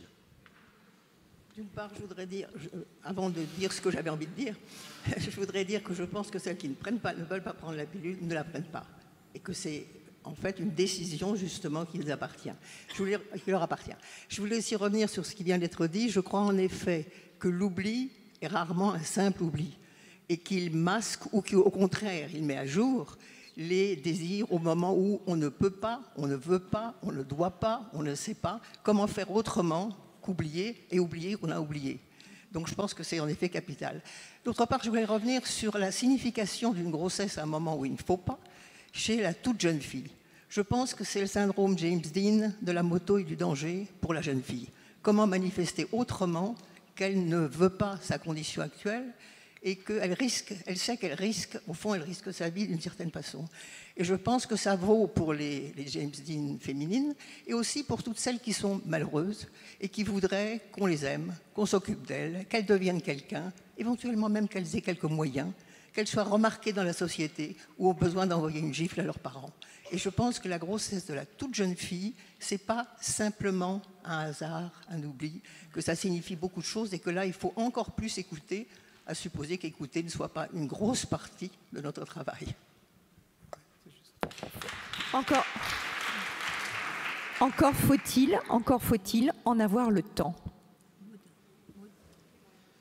Oui, je voudrais aussi remercier pour la qualité de la table ronde. Et ma première remarque revient sur ce qui a été dit il y a un instant, sur la question de la désinformation, qui me semble absolument insupportable aujourd'hui autour de la contraception. On a parlé donc de prévention. Il y a une désinformation tout à fait... Et elle n'est même plus rampante. Il y a des campagnes de désinformation par rapport à la pilule. Voilà. On est aujourd'hui dans une espèce d'idée, je ne sais pas comment, très romantique, d'une idéologie écologique, nature, retour à je ne sais quoi. Et je pense que ceci est délétère. Et ceci est délétère en particulier par rapport aux jeunes et aux jeunes filles. Parce qu'il y a une situation complexe et une ambiguïté. Qu'est-ce qu'on me dit? Est-ce que c'est juste? Et on est absolument dans tout ce discours sur les fausses nouvelles, les fausses informations. Et le sujet ici n'y échappe pas. Donc je crois que cette question, elle doit être reprise, et je suis d'accord avec vous qu'au niveau de l'État, au niveau des pouvoirs publics, il ne se passe plus rien. Alors ma deuxième remarque, c'est aussi de trouver tout à fait intéressant tout ce qui est dit ici par les uns et par les autres, et qui souligne la complexité de la situation, de ces situations d'IVG auxquelles sont confrontées les femmes. Mais reconnaître la complexité, les difficultés dans lesquelles les unes et les autres peuvent se trouver, n'autorise pas du tout la remise en question du droit. Parce que c'est ça aussi qui est dit d'une façon sous-jacente. Et ça, c'est insupportable. Parce qu'on peut ne pas être d'accord, on peut avoir sa position, on peut avoir son idéologie propre, mais au nom de cette idéologie, on n'a pas le droit de refuser à une femme son choix.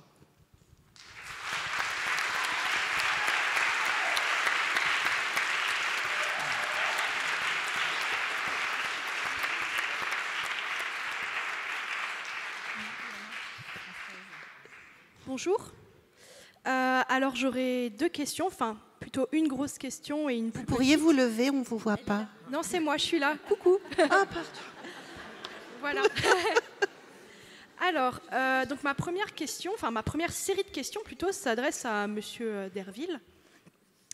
Alors, j'aurais déjà une première question, en fait, qui est liée à M. Derville, mais que j'aimerais poser à l'équipe organisatrice de ces débats et conférences, qui est pourquoi nous avons ici une association invitée qui fait de la désinformation sur l'IVG, sur la PMA, sur d'autres sujets de société, qui fait de la désinformation et qui a aussi recours à de la passion, plutôt qu'à des véritables arguments, à des faits.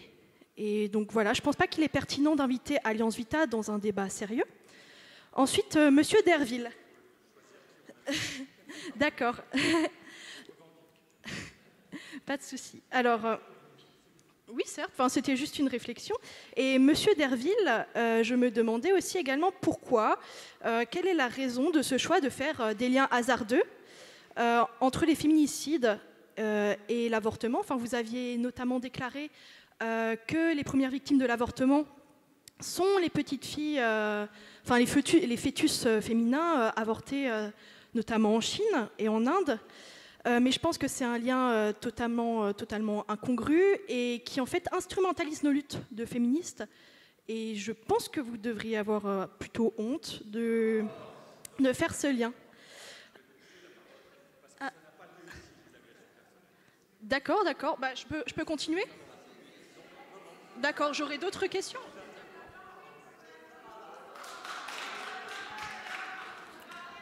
Je vais quand même peut-être répondre si vous permettez.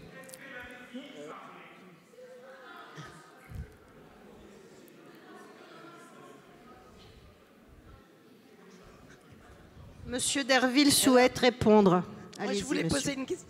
Attends. Bon, j'ai entendu une question.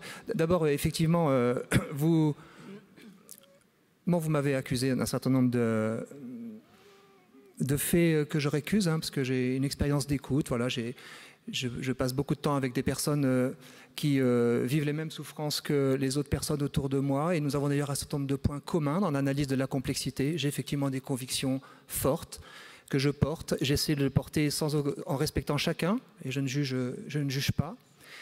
Et puis vous posez tout de même une question. Donc oui, effectivement, c'est une réalité qu'il faut qu'on regarde en face, et on peut peut-être lutter ensemble contre le fait que les premières victimes de l'avortement, quantitativement, si on regarde la démographie, le déséquilibre démographique de deux très grands pays, très beaux pays aussi, c'est les femmes qui en sont victimes par le machisme culturel qui prévaut associé à un avortement. Voilà, c'est une réalité qui nous fait tous souffrir en tant que défenseurs de la protection des femmes qui sont les victimes effectivement de cet avortement. Et je le souligne parce que il a été noté à plusieurs reprises le fait que des avortements non sécures entre guillemets avaient comme conséquence des morts maternelles, que je déplore, et que, étant donné que je ne suis pas favorable à l'avortement, je déplore aussi les morts maternelles liées à des avortements, mais je ne peux pas ignorer qu'il y a 80 millions de femmes qui manquent. C'est quand même, ça nous fait réfléchir sur le fait qu'une technique dont il est dit qu'elle émancipe les femmes, quantitativement, les premières victimes sont des femmes. Je suis désolé, ce sont des faits, ce n'est pas une idéologie.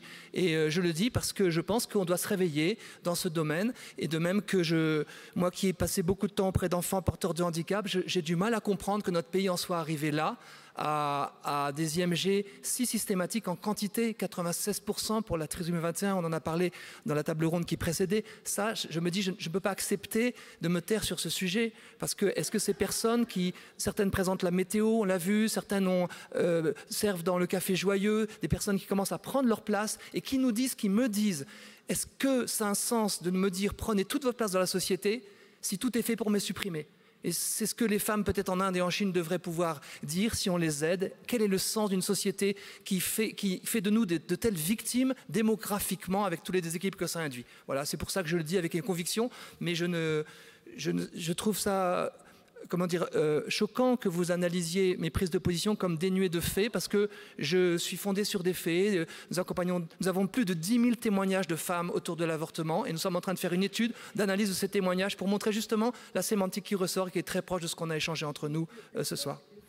Le fait qu'il existe des IVG machistes en Chine et en Inde n'infère pas que l'avortement volontaire soit nécessaire pour éviter un féminicide massif.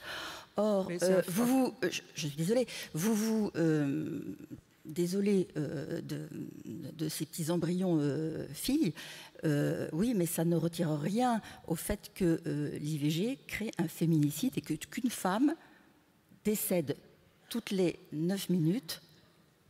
Oui, qu'est-ce que vous faites de ça? Elles sont perdantes sur les deux tableaux. Est-ce que vous acceptez le fait de continuer à promouvoir ce féminicide?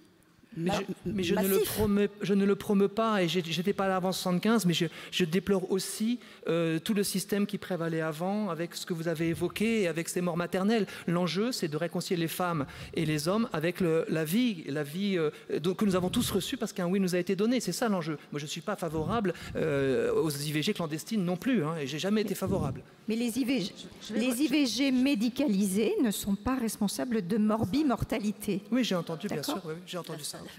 Je vais rebondir là-dessus parce que je suis gynécologue et je suis au contact de femmes qui demandent des IVG. Je travaille en protection maternelle et infantile. Et ce débat, j'avais beaucoup de choses à dire, notamment aussi sur la prévention, mais là, j'avais envie de vous dire, vous avez dit, Monsieur Derville, qu'il y a 92% des femmes que vous rencontrez qui ont des traces.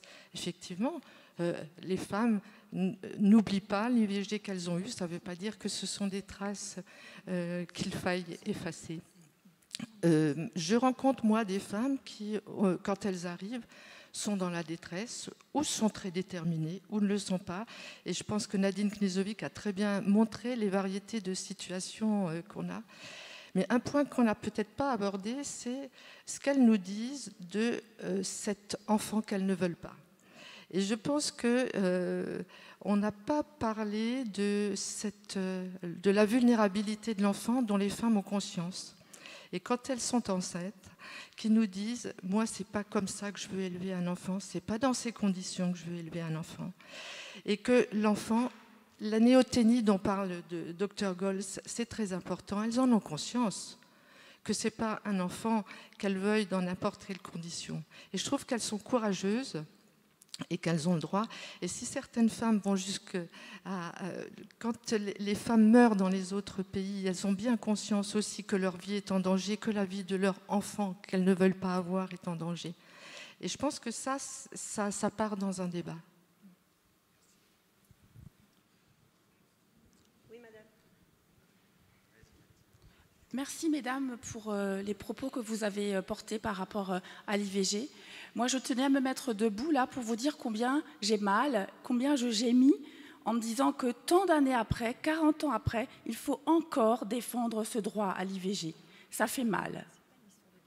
On est des femmes dotées d'un cerveau. Si nous prenons une décision, c'est que nous y avons réfléchi, c'est que des professionnels nous accompagnent dans nos décisions. Nous ne sommes pas des écervelés.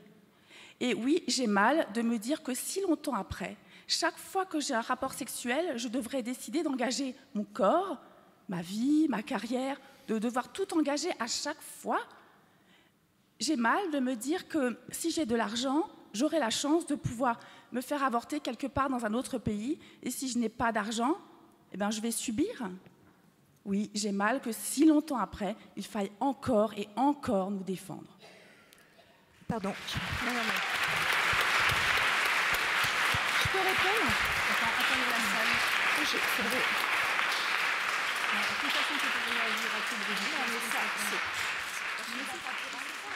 Moi, je voulais aussi prendre la parole parce que quand j'ai vu le titre de cette conférence, je me disais, mais comment ça se fait que 40 ans après, on remette en question sur un débat la possibilité de l'interruption volontaire de grossesse en France? Mais c'est certain que c'est aussi une question éthique, mais politique. Et réellement, actuellement, il y a des montées de conservatisme qui remettent en question des droits fondamentaux qui ont été obtenus grâce au combat des femmes. Et je souligne la belle qualité de ce débat. Et effectivement, on a peut-être le même discours ici en Alsace, avec peut-être de bons résultats aussi, parce qu'il y a eu une convergence d'activités entre des associations qui n'ont pas été invitées, mais qui sont très efficaces sur le terrain, qui sont le planning familial, et qui a travaillé depuis... Moi, j'ai travaillé au planning il y a 40 ans, donc c'est déjà depuis 40 ans, et je pense que réellement, il y a tout un travail de fond qui est nécessaire à faire en synergie, et grâce à l'équipe du professeur Nizan, nous avons effectivement fait un travail fabuleux sur la région, mais ce qui est intéressant de savoir aussi, c'est qu'il y a une baisse réelle de subventions. On parlait du gouvernement, mais au niveau des régions aussi, il y a des baisses de subventions importantes qui limitent l'efficacité et les possibilités d'intervention dans les écoles. Et par ailleurs, quand on voit les sites internet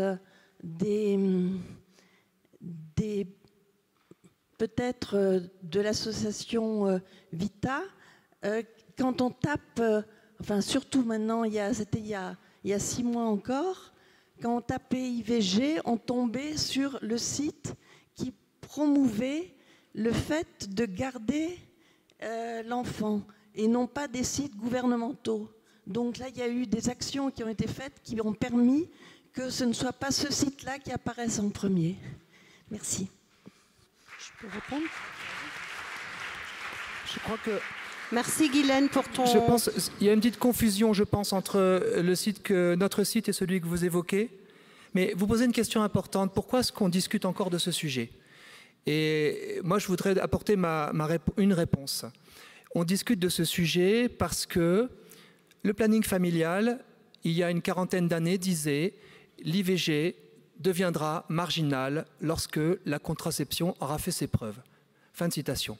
On se rend compte 40 ans après qu'il y a un assez fort taux d'IVG qui ne baisse pas vraiment, un très fort taux de contraception, pratiquement record du monde, peut-être avec effectivement plus d'oubli ambivalents, je suis d'accord avec ce qui était exprimé, que dans des pays voisins. En Allemagne, il y a un taux d'IVG à peu près 2 fois moindre qu'en France, ça interroge. Mais surtout, on découvre, et je pense que c'est un point qui devrait peut-être être consensuel, malgré ce que vous pensez de notre action, c'est que l'IVG n'a rien d'anodin et que la plupart des femmes souhaitent l'éviter. Et donc la question, parce que moi je ne vais pas chercher à mettre d'accord consensuellement avec les positions, les convictions qui sont les nôtres, mais est-ce qu'on ne peut pas s'entraider pour que la prévention de l'IVG fasse que de moins en moins de femmes avortent à contre-cœur ? Ce que moi je constate malheureusement, avec effectivement pour 90% des femmes le sentiment que l'IVG laisse des traces psychologiques difficiles à vivre. Donc c'est un débat au-delà même de la question du droit ou pas du droit, c'est un débat, est-ce qu'on peut faire en sorte dans notre pays qu'en se comprenant mieux entre hommes et femmes et sur la complexité de l'IVG, on puisse éviter à de très nombreuses femmes cette situation qu'elles ne souhaitent pas vivre et qui n'a rien finalement d'anodin. C'est ça l'enjeu qui explique pourquoi on en parle encore, je pense, aujourd'hui. Alors, je serais absolument ravie que nous puissions allier nos forces pour arriver à quelque chose pour les femmes. J'ai été d'accord avec énormément de choses avec vous. L'IVG n'a rien d'anodin, nous n'avons cessé de le dire.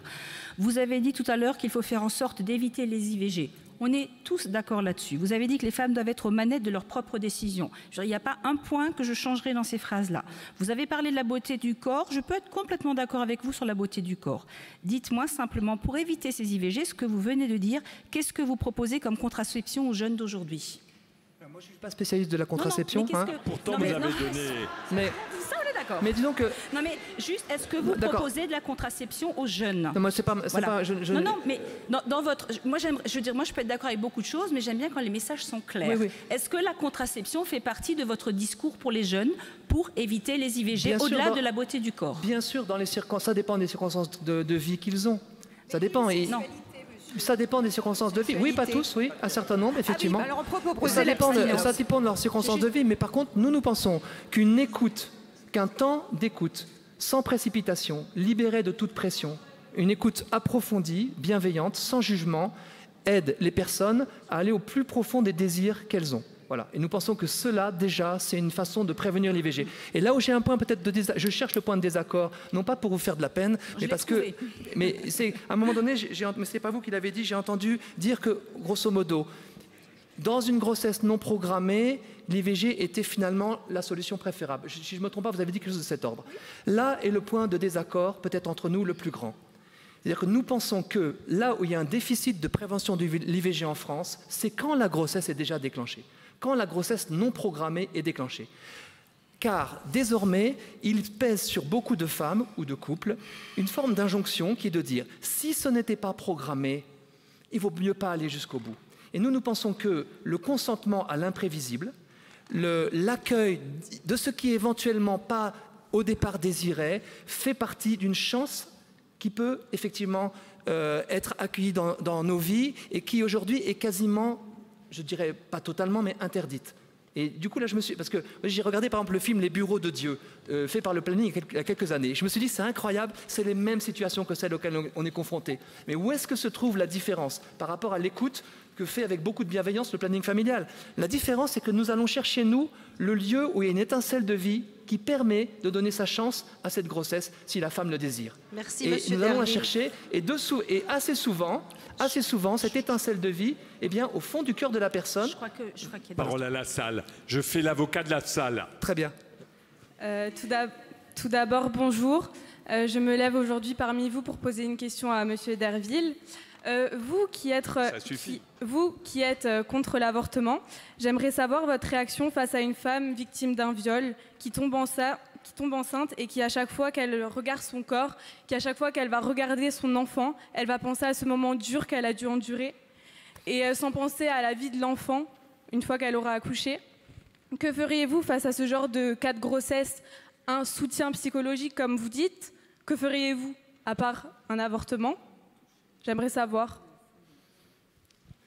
La salle n'a pas forcément totalement envie que je réponde à toutes les questions, mais je vais répondre à votre question qui est pertinente, bien sûr. D'abord, je suis uniquement dans une écoute et la personne dont vous venez de parler a une immense souffrance personnelle liée au viol. Et déjà, c'est ça qui s'exprime. Et j'ai accompagné un certain nombre de femmes, dont une en particulier, qui avait commencé son échange par « je suis une mère courage et celui-là, je ne peux pas le garder, je suis enceinte de 5 mois ». Voilà ce qu'elle m'avait dit. Moi, j'ai juste reformulé avec bienveillance « vous êtes une mère courage et celui-là, vous ne pouvez pas le garder ».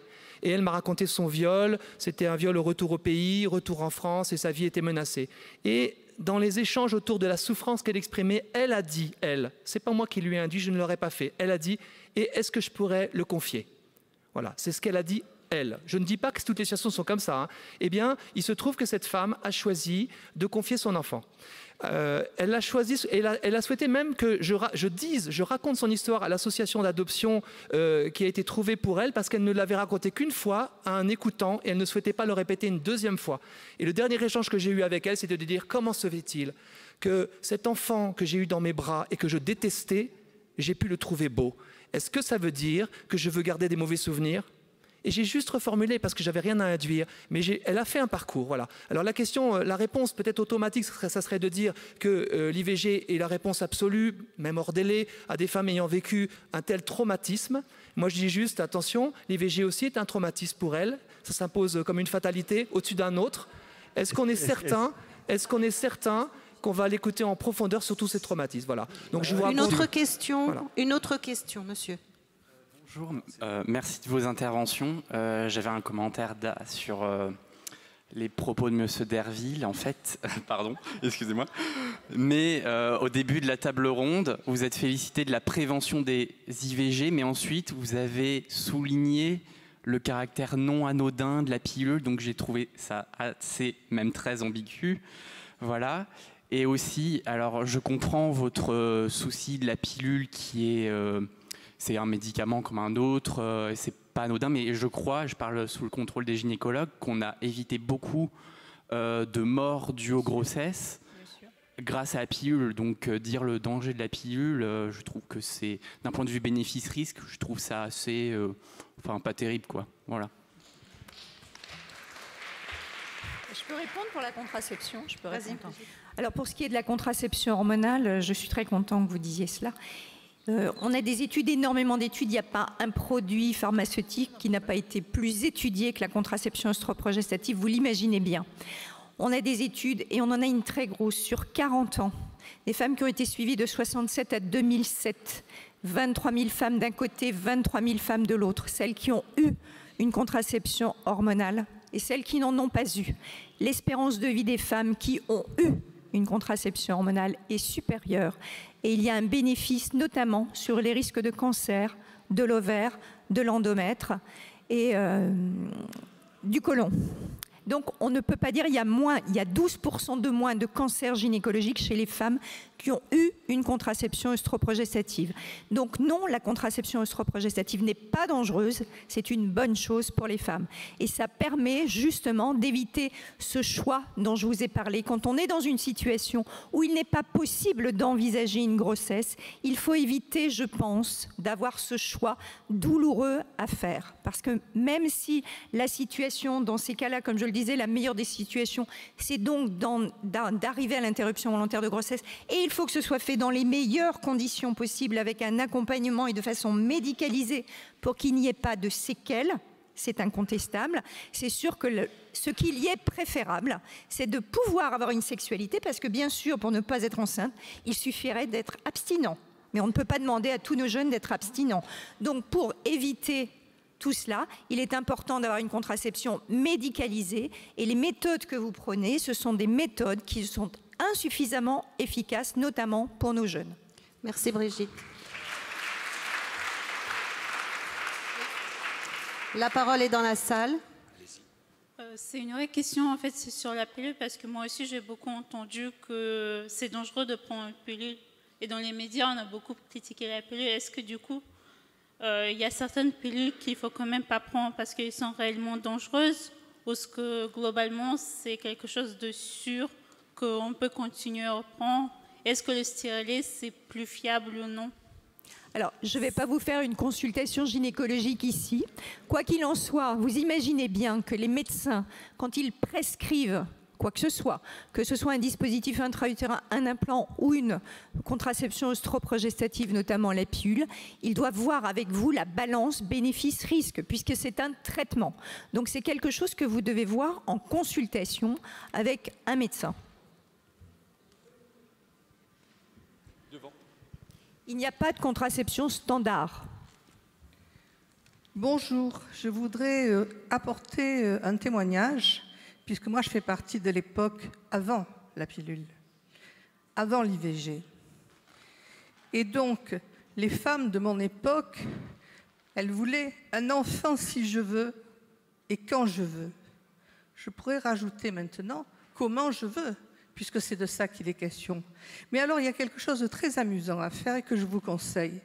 C'est de retourner sur YouTube et de regarder les bandes de l'INA de l'époque, lorsque la pilule est apparue, et vous verrez des femmes avec 10 enfants autour d'elles, qui ne parlent pas parce qu'elles n'avaient pas le droit à la parole, et l'homme qui expliquait qu'il faisait ce qu'il pouvait pour se retirer avec des méthodes vaginaux. Ça ne marchait pas bien, hein, mais c'est vrai que depuis la natalité, depuis qu'il y a l'interruption de grossesse, on a souffert, puisqu'on n'arrive plus à 10 enfants par personne, mais à 1 ou 2.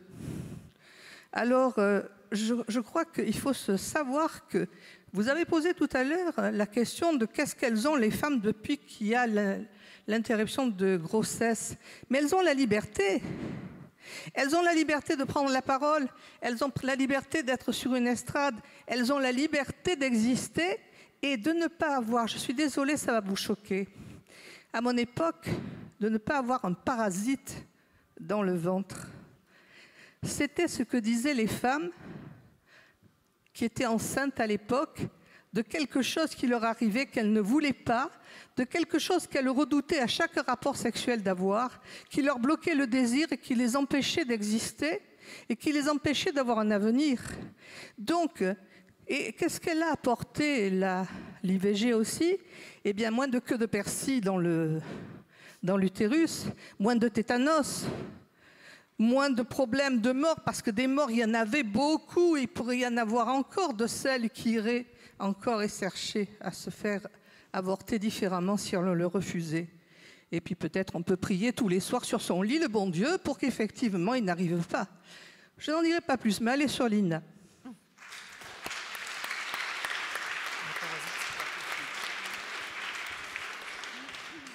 Bonsoir. Donc d'abord, j'aimerais vous remercier pour vos interventions. Quelle que soit votre étiquette, je trouve que vos propos étaient intéressants.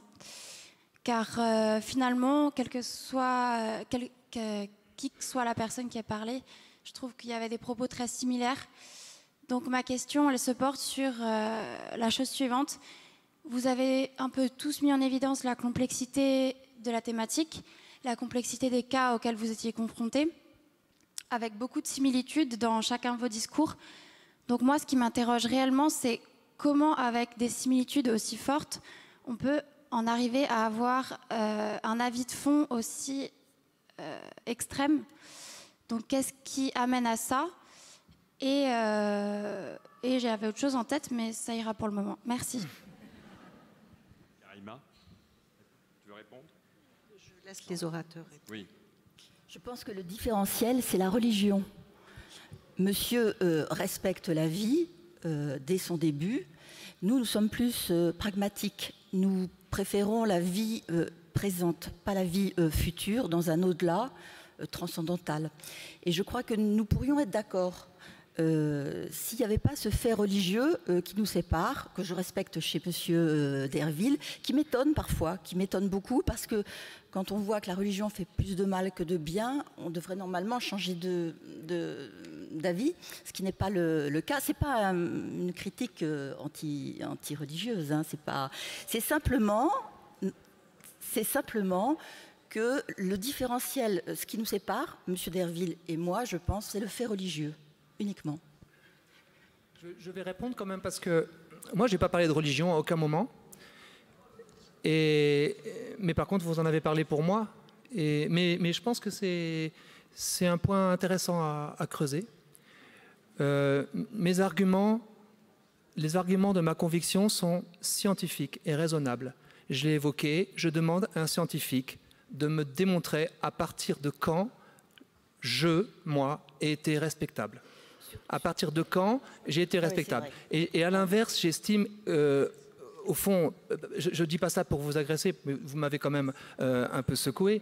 Donc, j'estime relativement obscurantiste de décréter que le projet parental confère la vie. Je dis par exemple, nous avons parmi nous de nombreuses personnes qui ont été ressenties peut-être comme parasites par leur mère à un moment. Et puis, pour des raisons X ou Y, ils ont fini par être accueillis. Ne pas être désiré à un moment ou à un autre, voire être rejeté viscéralement à un moment ou à un autre, ne me programme pas pour ne pas être accueilli. Il y a tout à fait une différence. Alors après, je m'interroge parce que je suis effectivement chrétien et que vous m'avez mis en demeure d'en parler. Où se situe cette différence? Sans doute, à mes yeux, ça me donne le courage de regarder cette raison en face. C'est-à-dire pour moi, je suis chrétien et je me dis, cet être humain qui n'a pas vu le jour et dont la science me dit qu'il a le même poids éthique que moi, est-ce que j'oserais devant vous dire qu'il a le même poids éthique que moi? Mais en même temps, avec vous aussi, puisque vous m'avez tensé sur le respect des femmes et sur leur souffrance, je vous l'ai dit, je ne cautionne aucune violence faite aux femmes, aucun avortement quel qu'il soit, et je ne juge pas pour autant, parce que j'accompagne des femmes qui, pour beaucoup, avortent ensuite, elles reviennent parfois nous revoir pour en être consolées, et je le fais sans aucun jugement. Voilà. Mais effectivement, mes arguments sont scientifiques, et je sens qu'on ne me répond pas sur ce champ, et ma motivation profonde, elle peut être renforcée par le courage, je dirais, spirituel, qui est lié au sentiment que la vie est pleinement respectable. Oui. Madame. Bonsoir. Très rapidement, des témoignages individuels ne font pas loi et les difficultés face à une décision, tout cela a été démontré, n'enlèvent rien à la valeur de la loi qui permet l'IVG en France. Le grand bienfait de cette loi, c'est pour les femmes, mais c'est aussi pour les hommes. Parce que c'est une loi qui ménage, et pas toutes les lois le font malheureusement, un espace pour la liberté de conscience. Elle n'a jamais dit et ne dit pas l'IVG c'est bien, vous devez le faire, l'IVG c'est mal, il ne faut pas le faire. Donc je pense que est-ce qu'il n'est pas l'heure, est-ce qu'il n'est pas le moment de défendre vraiment cette loi en lui donnant tous les moyens d'être appliquée jusqu'au bout, parce qu'elle a été remise en cause à un moment donné par la fermeture des centres d'IVG.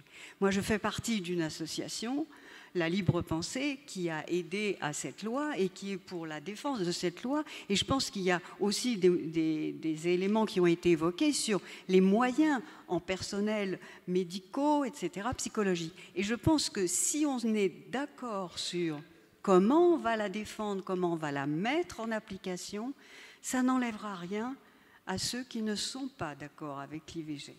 Merci, madame. Bonsoir. Merci beaucoup pour vos interventions qui étaient toutes très enrichissantes, mais j'aurais voulu demander votre avis sur la clause de conscience, parce que je suis étonnée qu'il n'y ait pas eu plus de questions là-dessus. Il y a eu des chiffres qui ont été donnés sur Rome. Est-ce que la clause de conscience, on ne pourrait pas la remettre en question, comme dans une ville comme à Rome, où ça pose vraiment une barrière pour la liberté des femmes, la liberté d'accès à l'IVG? Dernière question, ensuite. C'était un commentaire pour alimenter votre... Pourquoi est-ce qu'on en parle encore 40 ans après? Moi, je pense qu'on est dans une situation plus que préoccupante et je vais faire le zoom arrière que Nadine a fait pour vous témoigner qu'au niveau international, les montées des religieux sont extrêmement importantes et très menaçantes pour cette loi. En France, Brigitte nous parlait tout à l'heure, les militantes d'il y a 40 ans sont vieilles, je m'excuse Brigitte, mais partent à la retraite et le corps médical n'est pas du tout prêt à reprendre ce flambeau-là. Et on est dans une situation extrêmement difficile et au niveau européen, il y a énormément d'argent envoyé par les religieux, les évangélistes en particulier, pour influer les lois des différents pays. Et la France ne restera pas à l'écart de ces mouvements-là.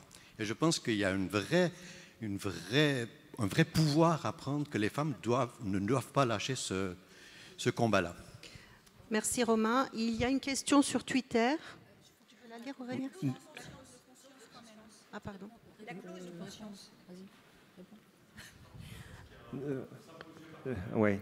Et on est limité par le temps, vraiment. Donc juste sur la question Twitter, ne pensez-vous pas qu'il soit indispensable d'imposer l'éducation sexuelle au collège par un professionnel, y compris et surtout aux jeunes hommes, sur l'impact de leur acte et l'importance de leur comportement, comment intégrer les hommes à cette responsabilité? C'est le caractère indispensable, je pense. Cette question, en fait, elle rejoint l'application de la loi pure et simple. Il y a une loi qui existe, qui, normalement, les jeunes garçons et filles devraient avoir chaque année 3 heures d'information et avoir tous les moyens pour comprendre un petit peu toutes ces choses-là. Ce n'est pas appliqué par faute de moyens et j'aimerais boucler la boucle. Pourquoi se battre alors que la loi est là? C'est un droit pour les femmes. Je pense qu'il faut qu'on en parle. Il ne faut pas qu'on dorme sur nos lauriers ou qu'on soit naïf. Romain a parlé de l'Europe. Quand on regarde aux États-Unis, on ne touche pas aux lois. On fait des décrets d'application du genre les couloirs doivent faire 2 mètres alors qu'ils font 1,50 m dans telle clinique, on ferme. Au total, il y a des États avec 80% de fermeture et donc impossibilité d'accéder à l'IVG. Je pense qu'on doit être vigilant. 40 ans plus tard, on doit être et rester vigilant parce que ça peut venir de n'importe où. Effectivement, quand on regarde par exemple la Hollande qui est un modèle en termes d'IVG et en termes d'orthogénie, eh bien les départs à la retraite sont inquiétants et la nouvelle génération ne prend pas le flambeau. Donc à nous de former nos jeunes, de former les équipes médicales parce que l'orthogénie, l'IVG, c'est l'affaire de tous et ce n'est pas une sous-spécialité dont on ne parle pas et qu'on relègue à la cave. Donc oui, il faut en parler, il faut continuer à en parler, il faut en débattre dans le calme pour entendre ce que les uns et les autres ont à dire parce qu'il n'y a que comme ça qu'on pourra avancer. Je vous remercie. Merci à tous les intervenants. Merci à tous les orateurs.